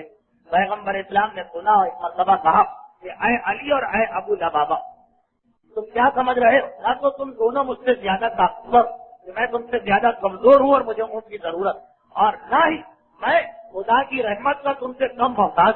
اگر تم پیدل چل کر زیادہ ثواب لے رہے تو مجھے بھی زیادہ ثواب چاہیے، اس لیے میں بھی اپنی باری میں پیدل چلوں گا اور تمہیں آگے اونٹ پہ بیٹھنا پڑے گا۔ یعنی اگر کوئی آدمی اپنا حق توڑ بھی رہا، ابھی ایک مسئلہ کہ بہرحال ثواب تو اس کو مل رہا ہے جو حق توڑ رہا، تو پیغمبر کہہ رہے کہ اے علی، اگر تمہیں خدا کی بارگاہ سے زیادہ ثواب چاہیے تو میں بھی انا محتاج ہوں، میں بھی پروردگار عالم کے ثواب کا محتاج ہوں، ثواب کی خاطر میں پیدل چلوں گا۔ فرض یہ کہ ابو لبابہ سے واپس مدینے جانے تک یہی صورتحال رہی، لیکن جب ابو لبابہ چلے گئے اب 2 آدمی بچے۔ پیغمبر نے پھر ایک اور گروہ میں سے ایک آدمی کو بلا کے اپنی تعداد 3 کر دی کہ میں یہ نہیں چاہتا کہ عام مسلمانوں کے مقابلے میں مجھے کسی قسم کی کوئی سہولت دی جائے، اور اب ایک مرتبہ یہ لشکر آگے بڑھ رہا۔ لشکر آگے بڑھتے بڑھتے اس مقام پہ پہنچ گیا کہ جہاں بدر کا کنواں، کنویں کے اندر تو پانی تھا ہی نہیں یا بہت ہی زیادہ گہرائی میں تھا، اور میدان جنگ اتنی فرصت جس کے پاس کہ اگر پیاس لگے تو وہ باری باری آ کے ڈول نکالے۔ اس اعتبار پیغمبر نے بدر کے کنویں سے کچھ فاصلے پر ایک مقام پسند کیا۔ یہ مقام ایسا تھا کہ جہاں پہ پانی کا انتظام تھا، تھوڑا سا 4-5 چھوٹے چھوٹے چشمے بنے ہوئے۔ پیغمبر اسلام نے چشموں کے چاروں طرف پہرا لگایا، اور پھر میدان جنگ میں پانی کا مسئلہ نہ ہو اس لیے ایک بڑا سا حوض کھودا، نالیوں کے ذریعے سے ہر چشمے کو حوض سے ملا دیا، حوض کا پانی بھر گیا اور چشموں کے اوپر پہرا لگ چکا۔ لیکن اب اگر پیغمبر یہاں رہیں تو یہاں پانی ملے گا، ایک اور مشکل وہ یہ کہ یہاں پوری ریتیلی زمین، ریتی ریت ہے، جس کی وجہ سے دوڑتے ہوئے چلتے ہوئے تلوار چلاتے ہوئے پیر دھس جاتے ہیں۔ ساحل سمندر پہ اگر آپ کبھی چلے ہو تو اندازہ ہو کہ اگر ریت زیادہ ہو تو آدمی کے لیے کھڑا ہونا مشکل ہوتا ہے، وجہ یہ کہ لڑنا اور تلوار چلانا اور تیر چلانا۔ پیغمبر اسلام نے یہ مقام پسند کیا، اور جیسے ہی پیغمبر یہاں پہنچے تقریباً اس سے کچھ پہلے یا اس سے کچھ بعد کفار مکہ کا لشکر بھی یہاں آ گیا۔ اب دونوں لشکر آپنے سامنے آ گئے۔ کفار مکہ کو جو جگہ ملی وہ بڑی بالکل ہموار سی جگہ تھی کہ جیسے فرش ہوتا۔ مسلمانوں نے یہ منظر دیکھا، مسلمان بہت گھبرا۔ اگر کفار مکہ کے لیے بھی ایک پریشانی ہوئی کہ ان کو پانی نہیں مل رہا، وہ پانی سے دور، لیکن زمین ان کی بالکل صاف اور شفاف زمین، جہاں لڑنا بہت آسان۔ مسلمانوں کی زمین بڑی خطرناک زمین۔ 16 رمضان کو دونوں لشکر جمع ہو، مسلمان بڑے پریشان کہ اللہ کے رسول یہ کیا ہوا، ہمیں ایسا مقام ملا ہے کہ ہم لڑ بھی نہیں سکتے اور اب تو اپنی جگہ بدل بھی نہیں سکتے کیونکہ جو اچھی جگہ ہے اس کے کافی قابل ہو چکے ہیں۔ اور کچھ لوگوں کے ذہن میں وسوسے بھی آئے کہ پیغمبر اسلام نے یہ معذاللہ غلطی کیسے کر دی۔ اس رات کو بہرحال اب سے جو ہونا تھا ہو گیا، سارے مسلمان جا کے سو۔ پیغمبر اسلام نے ساری رات رات سے گزاری اور ساری رات اللہ کی عبادت کرتے رہے۔ وہ ایک دعا مانگتے رہے کہ پروردگارا یہ چند تیرے نام لیوا، اگر یہ بھی اس دنیا میں نہ رہے تو کون ہوگا تیرا نام لینے والا۔ اور پیغمبر اسلام کی دعا نماز صبح کے کچھ قریب ختم ہو، اور اسی وقت ایک اور واقعہ پیش آ گیا۔ وہ یہ کہ جتنے بھی مسلمان سوچ، بعض روایتوں میں سب کے سب اور بعض میں ہے ان کی اکثریت، استلام ہو گیا اور غسل واجب ہو گیا۔ اب میدان جنگ کے اندر یا پینے کا پانی زیادہ اہم مسئلہ، وہاں پہ غسل کا انتظام کیسے ہو؟ گویا پروردگار عالم نے خود ایک ایسا انتظام کر دیا کہ یہ مجاہدین جو میدان میں جائیں گے تو سب پاک و پاکیزہ ہو کے جائیں گے۔ سب پہ غسل واجب ہو گیا جو اس رات کو سو رہے۔ جاگنے والوں یا پیغمبر اسلام کا نام تھا یا امیر المومنین کا، جو کہ امیر المومنین کو پیغمبر نے خاص وجہ 3 مرتبہ بدر کے کنویں تک بھیجا، اور اسی وقت موقع پر ایک معجزہ پیش آیا، وہ تو اب انشاءاللہ آئندہ تقریر میں آئے گا۔ باقی سارا لشکر سو رہا اور سب کے اوپر غسل واجب ہو رہا۔ صبح کے قریب جب سب بیدار ہوئے تو پریشان کہ نماز صبح پڑھنا، اب تک تیمم کی آیت نازل نہیں ہوئی، صبح کی نماز پڑھنا اور سب نجس، اور ساتھ ساتھ یہ کہ دشمن کے مقابلے میں نجاست کے عالم میں میدان میں جائیں، یہ دل گوارا نہیں کر رہا۔ خیر جیسے ہی مسلمانوں پر پریشانی کھاری ہو، صبح کی نماز کا وقت آیا اور ایک مرتبہ آسمان پر بادل آیا۔ عرب میں بارش بہت کم ہوتی، لیکن جس رات کو بدر کی لڑائی ہوئی، جس دن بدر کی لڑائی ہوئی، اس دن کے آغاز ایک مرتبہ ایسی بارش ہوئی کہ جس کے 3 نتیجے نکلے۔ پہلا نتیجہ یہ نکلا کہ اس بارش کی وجہ سے سب کا غسل ہو گیا۔ بارش کے پانی میں غسل اور وضو کی اجازت تو آج کے مراجع بھی دیتے ہیں، اس لیے کہ بالکل صحیح آپ غسل کر سکتے ہیں۔ وضو کرنے میں تو شاید پھر بھی مسئلہ ہو جائے بارش کہ بارش کا پانی سر پہ گر رہا ہے، اگر سر پہ کوئی امامہ یا ٹوپی نہیں اور سر کے بال سیدھے ہو گئے تو مقام میں پریشانی ہوگی، لیکن غسل تو بہت آرام سے ہو سکتا ہے بارش کے پانی۔ یہ ایسی رحمت خدا نازل کہ جس کی وجہ سے سب مسلمانوں کا غسل ہو گیا اور سب پاک و پاکیزہ طاہر و مطہر ہو گئے، سب پاک و پاکیزہ اور طاہر ہو گئے۔ اب ایک میں یہ فائدہ ہوا، اس بارش کا دوسرا فائدہ یہ ہوا کہ مسلمان جس ریتیلی زمین کو دیکھ رہے، بارش پڑنے کی وجہ سے یہ زمین جو ہے سخت ہو گئی۔ بارش پڑنے کی وجہ سے جیسے مکانوں کا صحن ہوتا ہے جس کے اوپر لیپا پوتی کرنی جائے، یعنی اب یہ زمین سخت ہو گئی، لڑنے کے لیے بہترین۔ اور تیسرا فائدہ یہ ہوا کہ کفار مکہ کی جو پہلے بالکل بہترین زمین، پانی پڑنے سے یہ سب گیلی ہو گئی اور اس کے اندر پھسلنے اور مقابلہ کرنے کے امکانات بہت کم ہو کے رہ گئے۔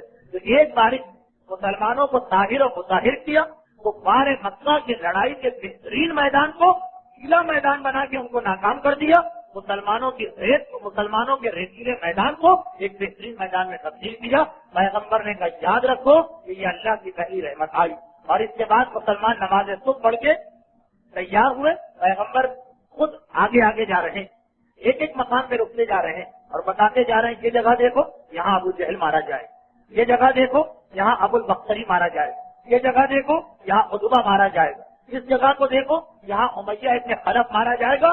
70 یا 80 جتنے بھی قریش سردار مارے گئے، سب کے جائے موت جائے قتل صبح سویرے پیغمبر نے اپنے ساتھیوں کو بتائی، اور تمام مسلمان متفق کہ جب جنگ ختم ہوئی تو کوئی شخص اس جگہ سے 1 انچ ادھر یا 1 انچ ادھر نہ تھا، جو پیغمبر نے بتایا ہر ایک کا لاشا وہیں پہ نظر آ رہا تھا۔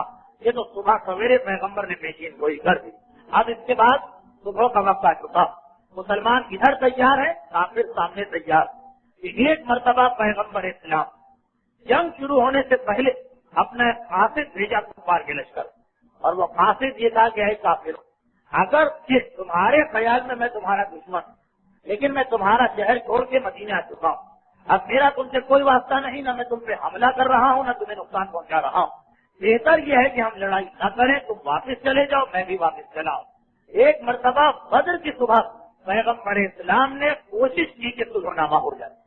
یہ وہی چیز ہے کہ جو کربلا کے میدان نانا کی سنت سے نواسے نے عمل کیا۔ بہرحال جنگ بدر کی صبح پیغمبر اسلام کا جو قاصد پہنچا، کافروں میں تو وہاں گڑبڑ ہو گئی، اس قاصد کے پیغام کی وجہ سے وہاں جھگڑا ہو گیا۔ وہ جھگڑا کیسے ہوا کہ جب کافر 1 دن پہلے یہاں پہنچے، اسی وقت بہت سے کافر راضی نہیں تھے کہ جنگ ہونا چاہیے۔ پھر جب ان کو یہ اطلاع ملی کہ ہمارا تجارتی قافلہ تو مکہ پہنچ چکا ہے، اب تو اور لوگوں کے حوصلے ٹوٹنے لگے اور ہمت ٹوٹنے لگی کہ جنگ کر کے کیا فائدہ، ہم کیوں اپنا نقصان کریں۔ جناب ایک کفار کے لشکر میں ایک لہر سی دوڑتی جا رہی، یہ مقابلہ کرنا مناسب نہیں۔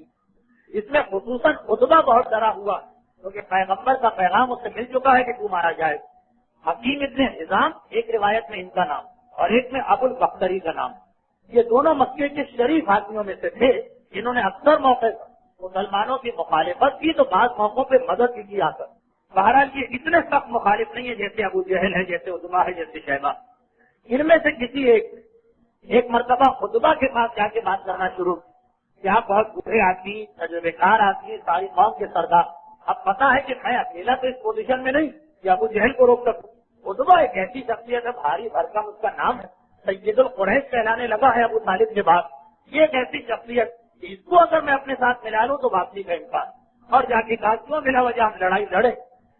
عتبہ وہ تو شروع سے پریشان تھا، جب سے مکے سے نکلا تھا اس کی سمجھ میں بات آ گئی، کہا ٹھیک، لیکن یہ جو ابو البختری جو گئے تھے یہ کمپرومائز کی یا سلو کی بات ہے، انہوں نے کہا کہ ہم اس طرح تو واپس نہیں جا سکتے، لشکر تو ابو جہل تیار کر کے لایا، اسے کسی طریقے سے سمجھانا ہوگا۔ عتبہ نے کہا اچھا جب میرا نام لو اور ابو جہل سے جا کے کہو کہ ہم واپس چلے، کیا فائدہ جب ہمارا مال بچ گیا تو لڑنے سے کیا فائدہ۔ ابو البختری پہنچا ابو جہل کے پاس اور جا کے کہا کہ ابو جہل میں یہ پیغام تیرے لیے لے کے آ رہا۔ ابو جہل کو پہلے یہ ڈر تھا کہ عتبہ ضرور کوئی نہ کوئی گڑبڑ کرے گا، چنانچہ اس نے کہا کہ عتبہ تیرے علاوہ اور کوئی احمق و بیوقوف نہیں ملا کہ تجھے یہاں پہ بھیجا، اس موقع پر ہم واپس چلے جائیں جبکہ ہماری فتح میں کچھ دیر رہ گئی، دشمن ہمارے سامنے آ چکا ہے، پہلا تو ہمیں موقع ملا 15 سال کے بعد۔ ابو جہل اس طرح سوچ رہا، اس وقت واپس چلے جائیں، یہ کتنی حماقت کی بات کہی۔ تو ابو البختری نے کہا یہ میں نے نہیں کہا، یہ تو سردار قریش عتبہ نے کہا۔ ابو جہل کو اور غصہ ہے کہ عتبہ سردار قریش کس نے بنا دیا، ابھی تو کوئی بھی سردار قریش نہیں ہے، میں بھی سردار ہوں۔ تو ابو البختری نے کہا کہ بہرحال مکے کے سب لوگ اس کو سردار کہتے ہیں، اس کی بات ماننا پڑے گی، اگر سردار نہیں مانتے تو اسے بزرگ تو مانتے ہو۔ ابو جہل نے کہا کہ اس کے پھیپڑے میں ہوا بھر گئی ہے، اس لیے ایسی بات کہہ رہا۔ یہ عربوں کا ایک محاورہ، جب کوئی کسی کا ڈر یا خوف ستانا ہو تو عرب کہتے ہیں اس کے بولا کے پھیپڑے میں ہوا بھر گئی، اس لیے وہ ایسی بات کہہ رہا، اور وہ اصل میں اپنے بیٹے کی وجہ سے ڈر رہا۔ عتبہ کا ایک بیٹا ولید تھا جو اپنے باپ کے ساتھ لڑنے آیا، ایک بیٹا ابو حذیفہ تھا جو مسلمان ہو کے مدینے کے اندر رہتے اور پیغمبر کے ساتھ آئے۔ تو ابو جہل نے کہا کہ عتبہ کو اپنے بیٹے کی فکر کھائی جا رہی، وہ بیٹا جو مسلمان، کہ کہیں وہ نہ مر جائے، چلے جاؤ واپس، میں اس مسئلے پہ بات کرنے کو تیار نہیں۔ ابو البختری واپس عتبہ کے پاس آئے، ابو جہل کو بھی ڈر لگا کہ ایسا نہ ہو کہ یہ لوگ کسی اور کو ملا لیں، چنانچہ وہ بھی پیچھے پیچھے آئے اور عتبہ کو دیکھتے ہی کہا عتبہ تمہارا پھیپڑا ہوا سے بھر گیا ہے، کیسی حماقت سے وہ کفر کی بات کر رہے ہو۔ عتبہ کو بھی غصہ آیا اور بڑی سخت کلامی دونوں میں ہوئی، لوگوں نے بیچ بچاؤ کرا کے معاملہ ختم کر دیا۔ یہ تو بات ہو گئی 16 رمضان۔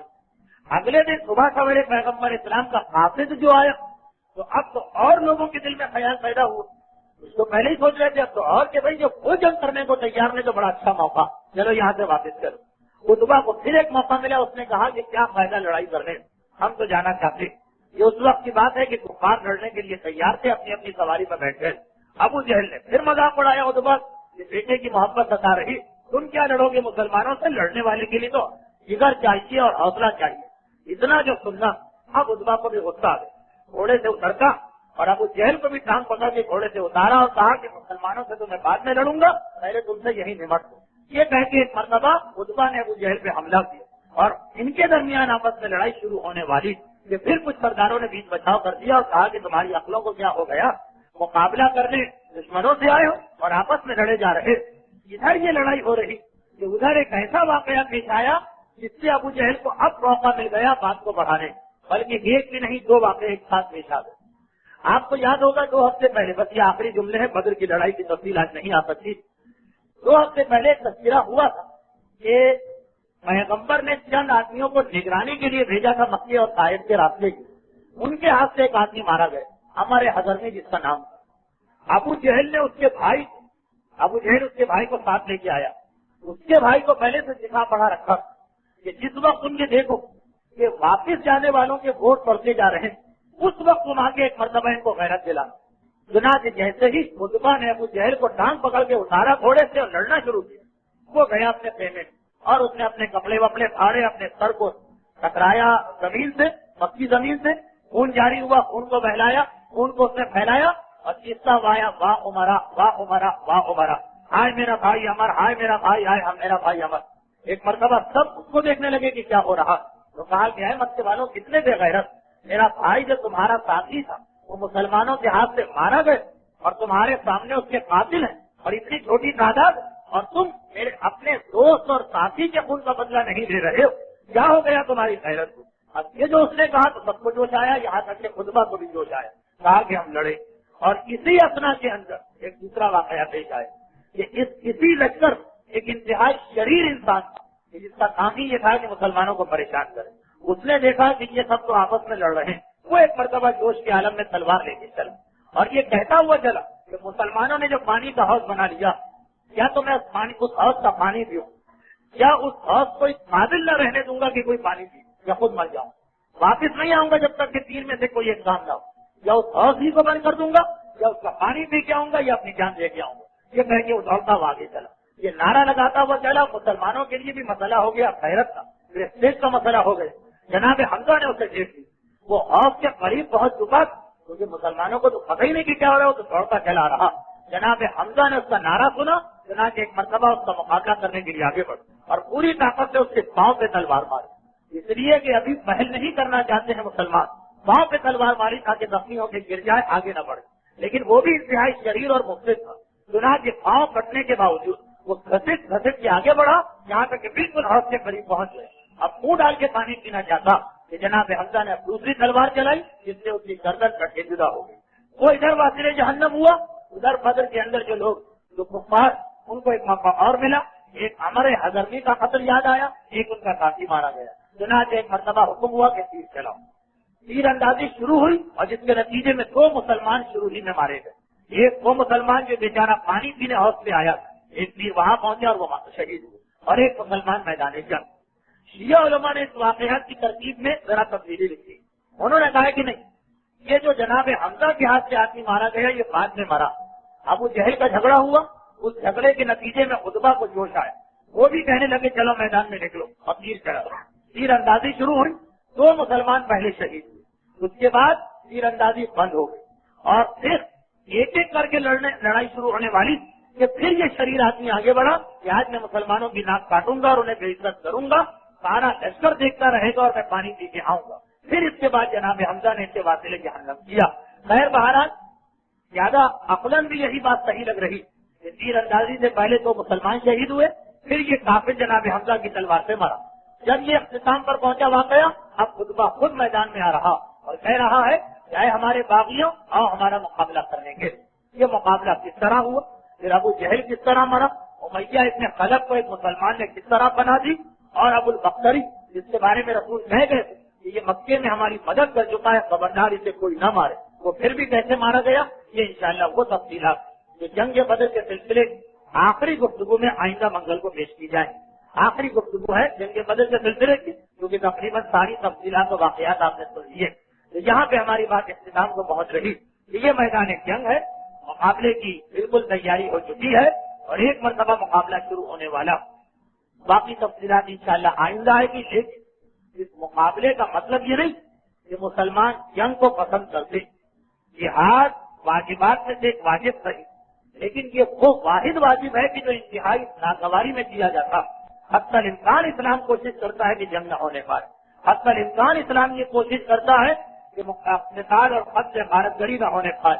یہ تو تہمت ہے کہ جو ہم پہ لگا دی ہے دشمنوں نے کہ اسلام تلوار سے پھیلا ہے، نہیں، پیغمبر اسلام کی زندگی اور پیغمبر کے احکامات بتا رہے ہیں کہ اسلام تلوار سے نہیں پھیلا بلکہ علم کے ذریعے پھیلا۔ تبھی پیغمبر نے کہا کہ مداد العلماء افضل من دماء الشہداء، شہید کا مقام بڑا بلند، جنگ بدر میں اور غزوات میں حصہ لینے والوں کا مقام بڑا بلند، اور پیغمبر سے لے کے آج امام خمینی کی زندگی تک جتنے بھی جہاد ہوئے ان سب میں حصہ لینے والوں کا مقام بہت بلند، مگر یہ بھی پیغمبر کی حدیث مداد العلماء افضل من دماء الشہداء، کہ عالم کے قلم کی سیاہی شہید کے خون سے زیادہ افضل، اس لیے جتنا زیادہ عالم کا علم اسلام کو بچانے میں مددگار بنتا اتنی اور کوئی چیز نہیں ہے کہ جو اسلام کو بچا سکے۔ اسی لیے یہ روایتوں میں کہ کسی عالم کا جب انتقال ہوتا شیطان کے لیے اس سے بڑا عید کا اور خوشی کا دن کوئی نہیں ہوتا. اور صرف شیطان ہی کا مسئلہ نہیں، اسلام کو ایسا نقصان پہنچتا کہ پھر قیامت تک اس نقصان کو کوئی پورا نہیں کر سکتا. پیغمبر کی حدیث، ایک عالم کا انتقال، ایک عالم کا دنیا میں نہ رہنا اور ایک عالم کا جب زندہ ہے اس کا مقام اتنا بڑا بتایا جا رہا. تو جنگ، جہاد، غزوات، شہادت سب کی اہمیت اپنی جگہ، لیکن بہرحال اس سب سے زیادہ مقام ایک عالم کا ہوتا. اسی وجہ ایران کے جہاد میں شہید ہونے والے ہر شہید کا مقام بہت بلند، لیکن امام خمینی کا مقام بہرحال ان سب سے زیادہ بلند، اس لیے کہ عالم با عمل، جو عالم کا قلم دین کو فائدہ پہنچاتا ہے وہ فائدہ اور کسی چیز سے نہیں ہوتا. امام خمینی کے انتقال کے بعد ایک مسئلہ پیش آ گیا تھا جس کا تبصرہ سیرت رسول کے موجودہ سال کی دوسری تقریر میں ہو چکا، لیکن اس کا ایک حصہ باقی رہ گیا، وہ آج آپ سن لیجیے. اور ایک ہی مسئلہ بتاؤں گا، اس وقت ٹائم نہیں رہا. شاید میرے پاس ایک پیغام آیا ہو، بھی کوئی مسئلہ ہو، میں ذرا دیکھ لوں. 2 ہفتے پہلے امام خمینی کی مناسبت ایک سوال بالکل موضوع سے ہٹ کے آ گیا. ایک لڑکی مسلمان ہے لیکن اس نے ہندو سے شادی کر لی اور وہ شوہر کی اجازت سے نماز، روزہ اور کلمہ پڑھتی ہے، جہاں تک کہ بچوں کو بھی اسلامی باتیں اور کتابیں پڑھاتی ہے. تو کیا اس لڑکی کے ہاتھ کا کھانا جائز ہے؟ اور اگر کھا لیا تو اس کا کوئی کفارہ وغیرہ ہو تو بتائیے.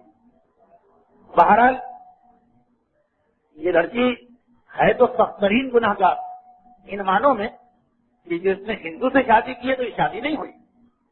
یہ تو بہرحال اس کا ویسا ہی عمل ہے جس طرح معاذ اللہ بازار میں بیٹھنے والی عورتوں کا عمل ہوتا.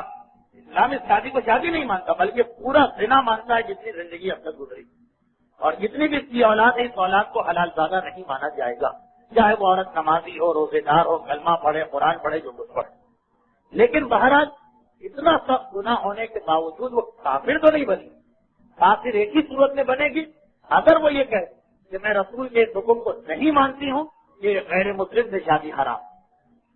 اگر وہ یہ کہہ دے کہ میں نہیں مانتی ایسے کسی حکم کو رسول کہیں یا امام کہیں، میں اس کو تسلیم نہیں کرتی، تو پھر تو یقیناً وہ کافر.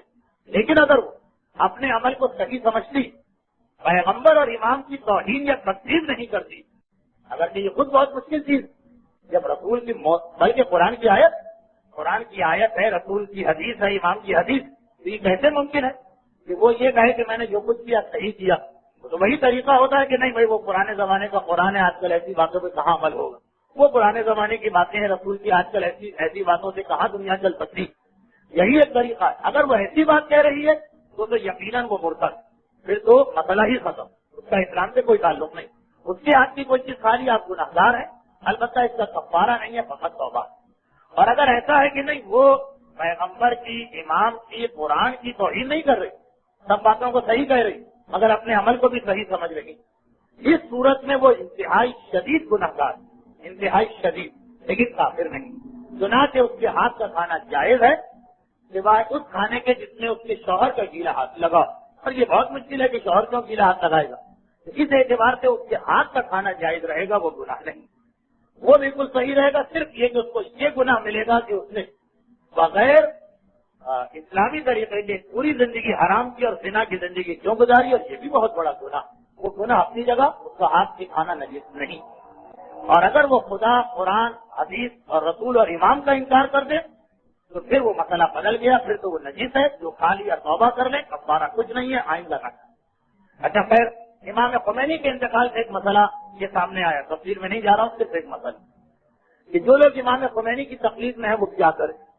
وہ تو 2 ہفتے پہلے بات آ گئی کہ وہ امام خمینی کی تقلید پر باقی رہیں گے، لیکن اپنی مرضی سے نہیں، بلکہ پہلے کسی زندہ مجتہد کی تقلید کریں، اور جتنے بھی زندہ مجتہد ہیں کسی کی بھی تقلید کریں، ہر طرف سے ان کو اجازت تو مل جائے گی امام خمینی کے مسئلے پر باقی رہنے. لیکن جس طرح سے امام خمینی کی تقلید والوں کے لیے مسئلہ پیش آیا، آقا خوئی کی تقلید والوں کے لیے بھی مسئلہ پیش آ گیا. وہ کیا مسئلہ پیش آیا؟ بار بار میں نے ایک بات بیان کی تھی، پچھلی دفعہ بھی کچھ اشارہ ہوا کہ ہم آقا خوئی کی تقلید کرتے ہیں تو ہمیں ہر مسئلے میں آقا خوئی کی بات ماننا. تقلید میں یہ اجازت نہیں ہے کہ تقلید آقا خوئی کی ہو لیکن جہاں دل چاہا کسی اور کے مسئلے پہ عمل کر دیا. نہیں، تقلید ہے تو پوری ایک ہی مجتہد کی ہو، ہر مسئلے پر اسی کی عمل کرنا پڑے، چاہے وہ مسئلہ آسان ہو یا مشکل، چاہے وہ مسئلہ ہماری عقل میں آ رہا ہو یا نہ آ رہا ہو. تقلید کا مطلب ہی یہ ہے کہ ہر چیز میں ان کی بات مانیں. لیکن جس کی آپ تقلید کرتے اگر وہ کسی مسئلے میں احتیاط واجب کا لفظ لگا دے تو آپ کو اجازت ہے کہ اس مسئلے میں دوسرے مجتہد کی بات بھی مان سکتے.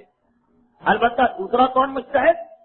ہر مجتہد نہیں، جو دنیا کا دوسرا بڑا عالم جس کی آپ تقلید میں ہے، گویا آپ کے نزدیک آغا کوئی سب سے بڑے، تو جہاں آغا کوئی احتیاط واجب لگا ہے اس مسئلے میں آپ آغا کوئی کی بات چھوڑ سکتے.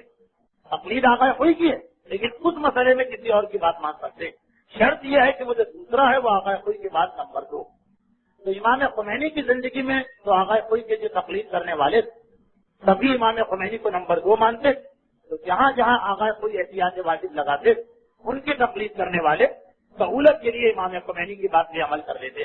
مثلا حج کرنے والے جاتے ہیں حج میں، آغا کوئی فرماتے ہیں جو حج میں کنکر مارے جاتے ہیں شیطان، اس کا دوہرا راستہ نیچے سے بھی جا کے کنکر مار سکتے ہیں، چھت کے اوپر سے بھی جا سکتے ہیں.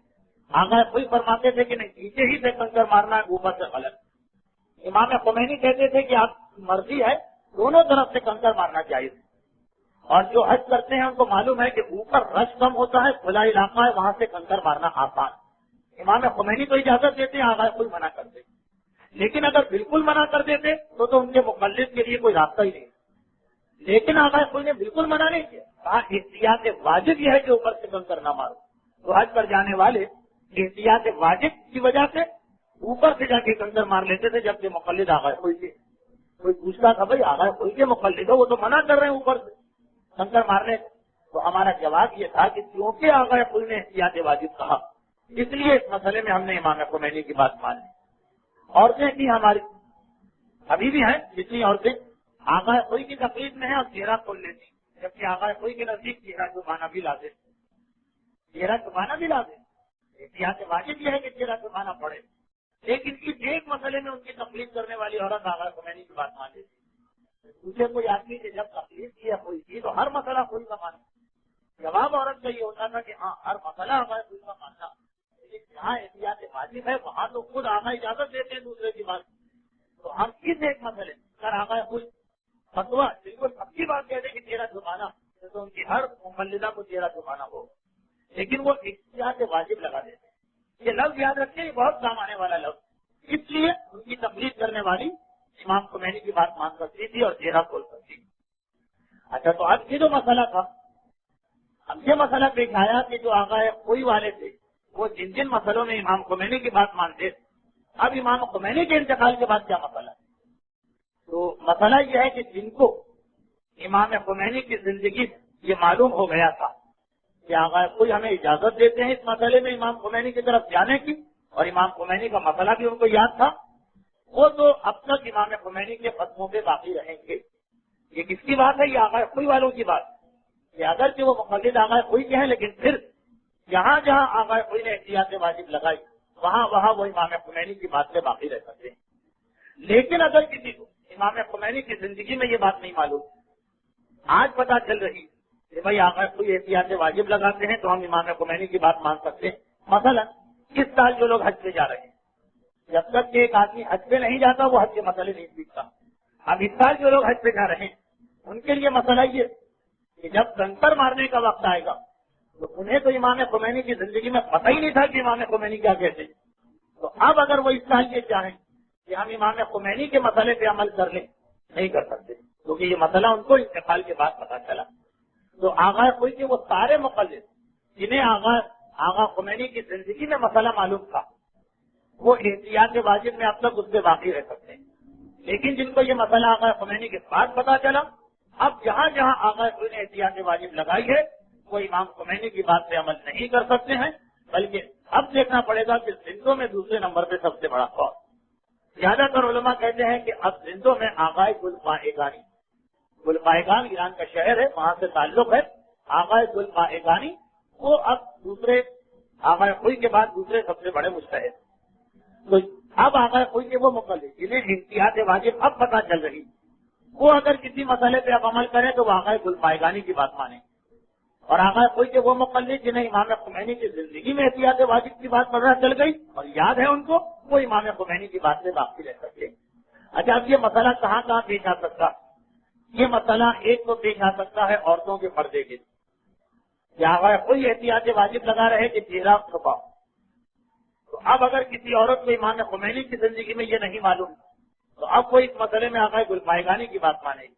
اور آقا گلپائگانی بھی یہی فرماتے ہیں کہ احتیاط واجب یہ ہے کہ چہرہ چھپاؤ. تو عورت کو چہرہ چھپانا ہی پڑے گا جب تک کہ ترتیب کے اعتبار سے اسے کوئی مجتہد نہ مل جائے. اس کی مزید تفصیل بات ہے. مردوں کے اعتبار سے میں ایک مسئلہ بتا دوں. یہ مسئلہ عام حالت میں مردوں کو بہت پریشان کرتا. مسئلہ ہے نماز جماعت. جب آپ مسجد میں نماز جماعت پڑھتے تو اس میں اکثر تو یہ ہے کہ آپ پیش امام کے ساتھ نماز پڑھ رہے ہیں, اس میں تو کوئی مسئلہ نہیں. لیکن کبھی ایسا ہوتا ہے کہ آپ ذرا دیر سے مسجد میں آئے اور پیش امام کی نماز شروع ہو گئی ہے, ایک رکعت نکل گئی. اب آپ پیش امام کے ساتھ تاخیر سے ملے, یعنی آپ کی پہلی رکعت ہے اور پیش امام کی دوسری رکعت ہے. اس میں تو ٹھیک ہے آپ کو پیش امام کے ساتھ ساتھ رہنا, یہاں تک کہ وہ قنوت پڑھے گا, آپ کی پہلی رکعت ہے, آپ کو قنوت پڑھنا. وہ تشہد پڑھے گا, آپ کی پہلی رکعت ہے, مگر آپ کو تشہد میں اس کا ساتھ دینا. لیکن یہاں تک تو ٹھیک, آخری رکعت میں جا کے مسئلہ ہوگا. اور کراچی کی مسجدوں میں اگر آپ دیکھیں تو لوگوں کے مختلف طریقے سامنے آتے ہیں. آخری رکعت کا مطلب کیا کہ مثلا نماز ظہر آپ پڑھ رہے ہیں پیش امام کے ساتھ اور دیر سے شامل ہوئے, تو اب جب پیش امام کی آخری رکعت ہوگی, آپ کی تو تیسری رکعت ہے, ابھی آپ کو ایک رکعت پڑھنا. پیش امام نے 2 سجدے کر لیے, سبحان رب الاعلی و بحمدہ اللہم صلی علی محمد و آل محمد یا ولی العافیہ, مثلا اصل کا خیر العافیہ, آپ یہ سب دنیا والآخرہ, اور بیٹھ گئے, آپ بھی بیٹھ گئے. لیکن پیش امام کی آخری رکعت ہے, وہ اب تشہد اور سلام پڑھے. آپ کو ابھی ایک رکعت اور پڑھنا. اب آپ کو پیش امام کے ساتھ کتنی دیر بیٹھنا؟ تو 3 گروہ بن جاتے ہیں مسجدوں جو لوگ دیر سے شامل ہوتے ہیں. کچھ لوگ تو ایسے ہیں کہ ادھر پیش امام نے بسم اللہ و باللہ پڑھا اور وہ کھڑے ہو گئے, الگ ہو گئے اور اپنی انہوں نے رکعت پوری کر. کچھ لوگ ایسے ہوتے ہیں کہ انتظار کرتے ہیں پیش امام تشہد ختم کرے, جہاں اس نے السلام علیکم شروع کیا وہ لوگ کھڑے ہو اور اپنی آخری رکعت جو باقی ہے وہ پڑھ. کچھ لوگ پورے آخری سلام تک انتظار کرتے ہیں, السلام علیکم ورحمۃ اللہ وبرکاتہ, اللہ اکبر اللہ اکبر, پھر وہ کھڑے ہو جائیں. یہ 3 مختلف طرز عمل ہم کو مسجدوں کے اندر نظر آتے ہیں. اب اس کے اندر مسئلہ کیا ہے, یہ اکثر لوگ سوال کرتے ہیں اور پتہ بھی نہیں لوگوں کو. مسئلہ یہ ہے کہ سب سے زیادہ ثواب تو اس میں ہے کہ آپ پیش امام سے تشہد اور سلام کے مکمل ہونے کا انتظار کریں. سلام آپ خود نہیں پڑھیں, اسی حالت میں بیٹھیں گے کہ ہاتھ زمین پر ہیں, گھٹنے اٹھے ہوئے ہیں, یعنی اٹھنے اور بیٹھنے کے درمیان کی حالت. لیکن سلام سنیں گے, جب سلام مکمل ہوا پھر آپ کھڑے. یہ سب سے بہتر اور سب سے زیادہ ثواب اس میں. لیکن اگر بالکل شروع میں پیش امام نے بسم اللہ و باللہ کا اور اسی وقت کوئی آدمی کھڑا ہو گیا الگ ہو کے پیش امام, وہ بھی صحیح ہے, گناہ نہیں ہے, جماعت غلط نہیں ہے, نماز غلط نہیں ہے, البتہ کچھ ثواب سے وہ محروم ہو جاتا ہے. ثواب تو یہ ہے کہ آخری سلام تک انتظار کر. لیکن ویسے اجازت ہے کہ جہاں سے پیش امام نے بسم اللہ و باللہ کہا, اشہد ان لا الہ الا اللہ, اس سے پہلے ہی آپ کھڑے ہو سکتے. اس کی شریعت نے اجازت دی. کبھی کبھار تو یہ بہت ضروری ہو جاتا اگر آدمی کو جلدی ہو کسی کام, یا جیسے میرا مسئلہ وہ یہ کہ اکثر تقریباً شاید روزانہ نماز مغربین کے بعد کراچی کی کسی نہ کسی مسجد میں درس ہوتا ہے. اور کراچی ایسا شہر اور آج کل کا وقت کے گھر سے وہاں جب جاتے جاتے یا کسی اور درس سے آتے آتے دیر ہو گئی, ٹریفک میں پھنس گئے, نتیجہ یہ ہے کہ ایک رکعت پیش امام سے کیجیے. اچھا, مسجدوں میں جو درس ہوتے ہیں وہ بڑے مشکل درس ہوتے ہیں, اس لیے کہ پبلک ہوتی ہے بھاگنے کی فکر اور اسے موقع چاہیے اور بھاگ گیا. اب اگر ادھر پیش امام کی نماز ختم ہوئی اور معلوم ہوا ہم جیسے آدمی سامنے ہیں تو تکلفاً مروتاً شرما شرمی بیٹھنا پڑتا. ورنہ لوگ پوچھتے ہیں کہ حضرت کہاں بھاگے جا رہے ہیں. لیکن اگر ذرا ان کو موقع ملے کہ مولانا نظر نہیں آ رہے ہیں تو آپ چلو اس سے پہلے کہ ان کا رکشہ پہنچے اور پھر ہم کو بیٹھنا پڑا. تو منتظمین کرام کا بڑا مسئلہ ہوتا ہے کہ مولانا اگر آپ نے سلام پڑھا اور اس کے بعد ایک رکعت پڑھی اتنی دیر میں تو ساری مسجد بھاگ جائے گی. ہمیں آپ کی رہنمائی کرا دینا ہے لوگوں کے سامنے کہ بھائی یہ آ گئے ہیں مولانا, اب آپ کو بیٹھنا ہی پڑے گا. اس میں بعض اوقات ہمارے لیے تقریباً ہر مسجد میں یہ مسئلہ ہے, خصوصاً آج کل جو شام کا درس مغرب سے پہلے کا درس ہے وہ ختم ہوتے ہوتے شام ہو جاتی ہے, کیونکہ 4:30 پونے 5 سے پہلے کوئی درس میں نہیں آتا. 1 گھنٹے کی تقریر ہے 5:45 بجتے, بھاگ کر دوسری مسجد میں جاتے ہیں اور نماز ختم ہو رہی ہوتی. تو منتظمین کہتے ہیں اب ان میں اتنی ہمت تو نہیں تو وہ یہ کہتے ہیں کہ مولانا چھوڑیے نماز بعد میں پڑھ لیجیے گا, پہلے درس دیجیے. لیکن اتنا ضرور کہتے ہیں کہ ذرا جلدی نماز ختم کیجیے، آپ کی ایک رکعت کی وجہ سے سب کے سب لوگ چلے جائیں گے، کوئی فائدہ نہیں ہوگا۔ تو وہاں تو ہمیں ضرورت ہوتی کہ ادھر پیش امام بسم اللہ و باللہ کہ ہم جلدی سے کھڑے ہو جائیں، ایک رکعت ختم ہو، عام طور پہ رکعت ختم ہوتے ہوتے پیش امام کے ساتھ مل سکتے ہیں۔ تو یہ تو میں نے ایک اپنی ذاتی مثال دے دی، لیکن ویسے بھی بہت سے مسئلے لوگوں کو ہو سکتے ہیں۔ تو اجازت ہے شریعت میں کہ آپ فوراً جیسے ہی بسم اللہ و باللہ شروع ہو کھڑے ہو کے الگ ہو جائیں اور ایک رکعت آپ خود پڑھ لیجیے۔ یہ ایک مسئلہ کہ ثواب اس میں ہے لیکن کہ سلام تک رہے، لیکن یہ بھی جائز ہے کہ فوراً الگ ہو جائے۔ البتہ یہاں پہ آغاز خوئی کا ایک مسئلہ، آغاز خوئی فرماتے ہیں کہ اگر شروع سے آپ کے دل میں یہ خیال تھا جب سے آپ جماعت میں شامل ہوئے کہ میں پیش امام سے الگ ہو جاؤں گا وہ بسم اللہ و باللہ، تو احتیاط واجب یہ ہے کہ آپ کی جماعت باطل ہے۔ آغاز خوئی فرماتے ہیں کہ اگر شروع میں آپ کا کوئی خیال نہیں ہے کہ کہاں الگ ہونا، عید نماز میں خیال پیدا ہوا کہ بھائی الگ ہو جاؤ، یا آخر میں بالکل جب آپ نے دیکھا کہ پیش امام نے تشہد شروع کیا، آپ نے کہا بھائی کون اتنا بیٹھے، الگ ہو جاؤ، اتنی دیر میں رکعت ختم ہوگی، تو آغاز کوئی کہتے ہیں کوئی بات نہیں، آپ کی جماعت صحیح۔ لیکن اگر شروع سے آپ کی نیت یہ کہ پیش امام کے ساتھ چلو، آخر میں الگ ہو جانا جب وہ تشہد شروع کرے اور اپنی نماز پوری پڑھ لینا، آغاز کوئی فرماتے ہیں احتیاط واجب یہ ہے کہ آپ کی جماعت غلط ہے۔ اب جیسے میں نے اپنی مثال، تو مجھے تو پہلے سے معلوم ہے کہ مجھے ہر صورت میں الگ ہونا، جب نیت کرتا تھا اسی وقت یہ خیال ہوتا تھا کہ ابھی پیش امام کے ساتھ جہاں آخری رکعت آئے گی پیش امام تشہد پڑھیں گے، میں فوراً کھڑا ہو کے جلدی جلدی ایک رکعت پڑھ کے ان کے ساتھ ختم کروں گا نماز۔ آغاز کوئی کا مسئلہ ہے کہ آپ کی میری نماز، اپنی بات کروں کہ نماز جماعت کی باطل، اگر وہ یہ فتویٰ دے دیتے کہ باطل، پھر تو میرے پاس کوئی راستہ ہی نہ تھا۔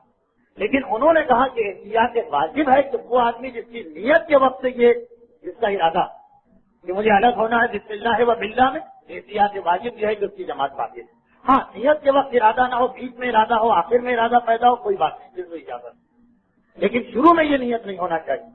لیکن امام خمینی نے کہا کوئی بات نہیں، اگر شروع سے بھی نیت ہے کہ الگ ہونا ہے تب بھی جماعت صحیح، بیچ میں نیت پیدا ہو تب بھی صحیح، آخر میں نیت پیدا ہو تب بھی صحیح۔ تو جب تک کہ امام خمینی حیات تھے تو میں یہی کرتا کہ آغاز کوئی کا مقلد ہوں، لیکن احتیاط واجب کی وجہ سے اس مسئلے میں امام خمینی کی بات مانتا، نیت کرتا تھا کہ کیونکہ امام خمینی اجازت دے رہے ہیں اس لیے میں الگ ہو جاؤں گا، اور آغاز کوئی کا مقلد میں ہوں پھر بھی امام خمینی کی بات اس لیے مانوں گا کہ آقا نے احتیاط واجب لگائی، میری تو نمازیں صحیح رہی۔ لیکن اب مسئلہ یہ ہے کہ بہت سے لوگوں کو اس مجمع میں یہ بات نہیں معلوم، اب وہ کیا کریں؟ اگر وہ اب اس سہولت سے فائدہ اٹھانا چاہیں تو آغاز ذوالفائقانی کو دیکھنا پڑے گا، اس لیے کہ آغاز کوئی کی احتیاط واجب تو برقرار، امام خمینی کے انتقال سے آغاز کوئی کے مسئلے تو بدلے نہیں۔ اب آغاز ذوالفائقانی بھی اجازت دیتے ہیں جو امام خمینی دیتے کہ اگر اب کوئی انسان اس مسئلے کو سمجھ بسم اللہ و باللہ کے وقت الگ ہونا چاہے تو وہ نیت کرے کہ آغاز کوئی نے احتیاط واجب لگائی ہے، چنانچہ میں آغاز ذوالفائقانی کی بات مان کے الگ ہو رہا ہوں۔ یہ آغاز ذوالفائقانی کی ایک احتیاط واجب میں نے بتائی، اور اتنی تفصیل کے ساتھ میں اس لیے گئے کہ نماز جماعت بڑا اہم مسئلہ ہے، یہ کوئی معمولی مسئلہ نہیں، نماز جماعت کی فضیلت، نماز جماعت کا ثواب بہت اہم مسئلہ، جتنا ہم اسے نظر انداز کر دیتے ہیں تو یہ ہماری بدقسمتی، انتہائی اہم چیز ہے اگر صحیح پیش امام ہم کو مل جائے۔ اور نماز جماعت کی اہمیت کا اندازہ اس ایک مسئلے سے آپ لگا سکتے ہیں جو پہلی تقریر میں آیا کہ اگر آپ مسجد کے گیٹ پر کھڑے ہیں اور امام آخر مسجد میں اور آپ کو ڈر لگ رہا ہے کہ وہ رکوع سے کھڑا ہو جائے گا، وہی نیت کر کے رکوع میں ہو جائیے اور رکوع میں چلتے چلتے پیش امام کے ساتھ مل جائے۔ اسلام نے ایسی عجیب نماز کی اجازت کیوں دی تاکہ جماعت کا ثواب مل جائے۔ یہاں تک مسئلہ ہے کہ اگر آپ ایسے وقت میں مسجد میں پہنچے کہ جماعت ختم ہو رہی، پیش امام آخری رکعت کی آخری رکوع میں جلدی سے نیت کر لیجیے نماز پڑھتا ہوں مغرب کی 3 رکعت جماعت کے ساتھ، اور قربتاً اللہ اللہ اکبر تکبیرۃ الاحرام کہیں اور بیٹھ جائیں، پیش امام کے ساتھ تشہد میں مل جائے، کچھ نہیں پڑھنا ہے اس کے ساتھ بیٹھے رہیں، پھر جب وہ سلام پڑھ لے تو کھڑے ہو جائیے اور اپنی پوری نماز نئے سرے سے پڑھیے، صرف اللہ اکبر نہیں کہیں گے، وہ پہلے ہو چکا۔ یہ کیوں ہے بھائی؟ اللہ اکبر کے بعد تو الحمد کا سورہ آنا چاہیے، یہ اللہ اکبر کے بعد تشہد کہاں سے آ گئے؟ صرف اس لیے کہ آپ کو جماعت کا ثواب ہے، کیونکہ جماعت اتنی ہی اہم چیز جو اس کی خاطر اسلام اپنے نماز کے طریقے کو تبدیل کرنے کو تیار، اور یہ نماز جماعت اس چیز کا بھی اعلان کہ عالم کی اہمیت کو پہچان۔ امام خمینی کا فتویٰ فتاوی جدیدہ میں موجود کہ اگر معاشرے میں عالم پایا جاتا تو غیر عالم کو کبھی امام جماعت نہ بناؤ۔ ہمارے پاس بچوں اور نوجوانوں کو یہ شوق پیدا ہوا کہ ہماری قرۃ صحیح خود امامت کے فرائض انجام دیں، لیکن امام خمینی رہبر انقلاب اور مسلمانوں کے مسائل کو سمجھنے والے، ان کا جدید فتویٰ یہ تھا کہ اگر معاشرے میں عالم ہے تو آپ کو حق نہیں ہے غیر عالم کو امام جماعت بنانے. ہاں اگر آپ سفر میں ہیں امریکہ برطانیہ کی کسی دیہات میں جہاں دور دور تک کوئی عالم نہیں ہے وہاں نوجوانوں میں سے کوئی صحیح آدمی نماز پڑھا دے ٹھیک. لیکن اگر معاشرے کے اندر موجود ہے کوئی عالم تو آپ کے لیے چاہے آپ اپنے گھر کے اندر یہ چھوٹے پیمانے پہ نماز جماعت کر رہے ہیں عالم اگر مل سکتا ہے تو اس کو نماز پڑھوائیے خود کبھی نماز جماعت نہ پڑھائیے. حتیٰ یہ کہ امام خمینی فرماتے ہیں عورتوں کے لیے احتیاط واجب کہ اگر عورتیں خالی نماز پڑھ رہی ہیں تو وہ اپنے میں سے کسی کو پیش امام نہ بنائیں. ایک طریقہ شیعوں میں رائج ہے کہ عورتیں خود خالی عورتیں ہوں تو وہ عورت کے پیچھے نماز پڑھ لیتی. کراچی میں بھی 2 یا 3 جگہ یہ طریقہ کیونکہ بعض پرانے علماء نے اجازت دی کہ عورت اگر خالی ہے مجمع میں خالی عورتوں کا مجمع ہے تو عورت امام بن سکتی. امام خمینی نے اس کو بھی منع کیا. جو مقام عالم ہے وہ کمزور نہیں ہونا چاہیے. امام خمینی تو مطلقہ کہہ رہے ہیں. آغا کوئی بھی یہ فرماتے ہیں کہ اگر غیر عالم کی نماز پڑھانے علماء کا مقام کمزور ہو رہا ہے معاشرے میں لوگ کہہ رہے ہیں کیا ضرورت ہے عالم کی ہمارے پاس خود ایک بچہ اور نوجوان ہے جو نماز پڑھا سکتا. تو آغا کوئی بھی فرماتے ہیں کہ غیر عالم کے لیے نماز پڑھانا حرام. لیکن اگر مقام علماء کمزور نہیں ہو رہا تو آغا کوئی اجازت دیتے ہیں کہ غیر عالم نماز پڑھا سکتا. امام خمینی بالکل منع کر رہے ہیں کہ غیر عالم کو حق نہیں. اس لیے کہ نماز جماعت کا مطلب یہ کہ پورے مجمع کو اپنے اشاروں کے اوپر چلانا یہ صرف ایک عالم کا مقام. اور آج ہماری ملت ایک ایسے ہی عالم کے انتقال کا سوگ منا رہی. پرسوں حجت الاسلام مولانا صفدر حسین نجفی صاحب قبلہ کا انتقال ہوا. ایک ایسا ہی عالم جس کی بہرحال وہ خدمات ہیں کہ جو عالم کی شان کے مطابق خالی گفتگو کر دینا بہرحال یہ بڑی خدمت نہیں صدقہ جاریہ مدارس کا قیام کتابیں کتنی کتابیں مولانا نے لکھی کتنے مدرسے مولانا نے بنائے. ایک عالم کا انتقال ایک عالم سے دنیا سے اٹھ جانا شیطان کے لیے روز عید امام کے لیے روز وقت اسلام کو ایک نقصان. یہ عالم کا مقام اتنا بلند ہے کہ اس کے بغیر نماز جماعت تک تو امام خمینی نے منع کر دیا. اور یہی نماز جماعت کی اہمیت کہ اگر علی کے سر پہ حالت نماز میں ضربت لگ رہی تو علی کسی کو یہ اجازت نہیں دیتے کہ آؤ اور آ کر میری دیکھ بھال کرو. پہلا جملہ جو علی کی زبان پر آیا حسن بیٹا جلدی سے آگے بڑھو اور نماز کو مکمل کراؤ. مسلمانوں کی جماعت خراب نہیں ہونا چاہیے. نماز جماعت میں کوئی کمی نہیں آنا چاہیے. یہ نماز جماعت کی اہمیت ہے. یہ بوڑھا باپ اپنے خون میں تڑپ رہا ہے لیکن جوان معصوم امام بیٹے کو حکم دیا جا رہا کہ پہلے باپ کو نہ دیکھو پہلے مسلمانوں کی نماز جماعت کو دیکھو. آئے میرے مولا حسن کے دل میں کیا قیامت گزری ہوگی کہ جو ایسی حالت میں نماز پڑھا رہا کہ اس کے پہلو میں مصلی کے قریب بابا کا خون بھی ہے اور اپنے خون میں بابا تڑپ بھی رہا ہے. ایسا امام جماعت بھی آپ کو کہیں نہ ملا ہوگا. ایک حسین کی امامت تھی کہ تیر چل رہے ہیں اور حسین نماز پڑھا رہے. ایک حسن کی امامت ہے کہ بوڑھا بابا پہلو میں تڑپ رہا ہے اور نماز پڑھا رہے ہیں. خدا معلوم کس انداز سے حسن نے اپنی نماز مکمل کی ہوگی کس انداز سے جماعت کو اختتام تک پہنچایا ہوگا. بس ادھر نماز ختم ہوئی ادھر دوڑ کے بابا کے قریب آئے. اتنی دیر میں خون اتنا نکل چکا ہے کہ علی خشی کے عالم میں ہے.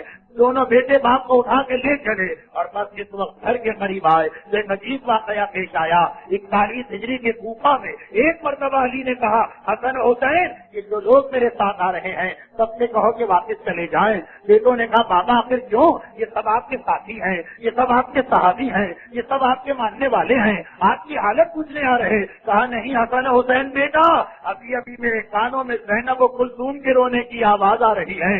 ابھی ابھی زندہ ہے یہ برداشت نہیں کر سکتا کہ اس کی بیٹیوں کی آواز نامحرم کے کان میں پہنچے. یا امیر المومنین 41 ہجری کے کوفہ میں زینب کی آواز کا اتنا پردہ کہ صحابیوں کے کان میں بھی آواز نہ جائے دوستوں کے کان میں بھی آواز نہ جائے. صرف 20 سال بعد اسی شہر کوفہ میں آئیے 61 ہجری کا کوفہ آپ کی یہی زینب آپ کی یہی ام کلثوم سیم اپنا اس چادر کے دن کا وقت ہے اور نامحرموں کے مجمع میں جا رہی ہے. شاید یہ بھی وجہ تھی کہ ایک مرتبہ شہر کوفہ کو دیکھا اور زینب نے نجف کا رخ کیا. یا علی مدد بابا اپنی بیٹی کی مدد کیجیے آپ کے شہر میں نامحرموں کے بیچ میں جانا پڑا.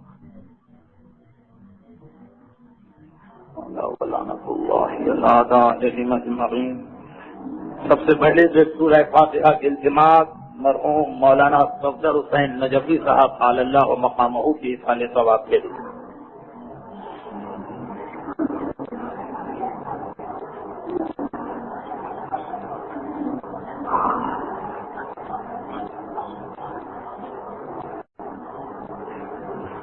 سورہ فاتحہ مرحوم جعفر علی دیوراج کی سال ثواب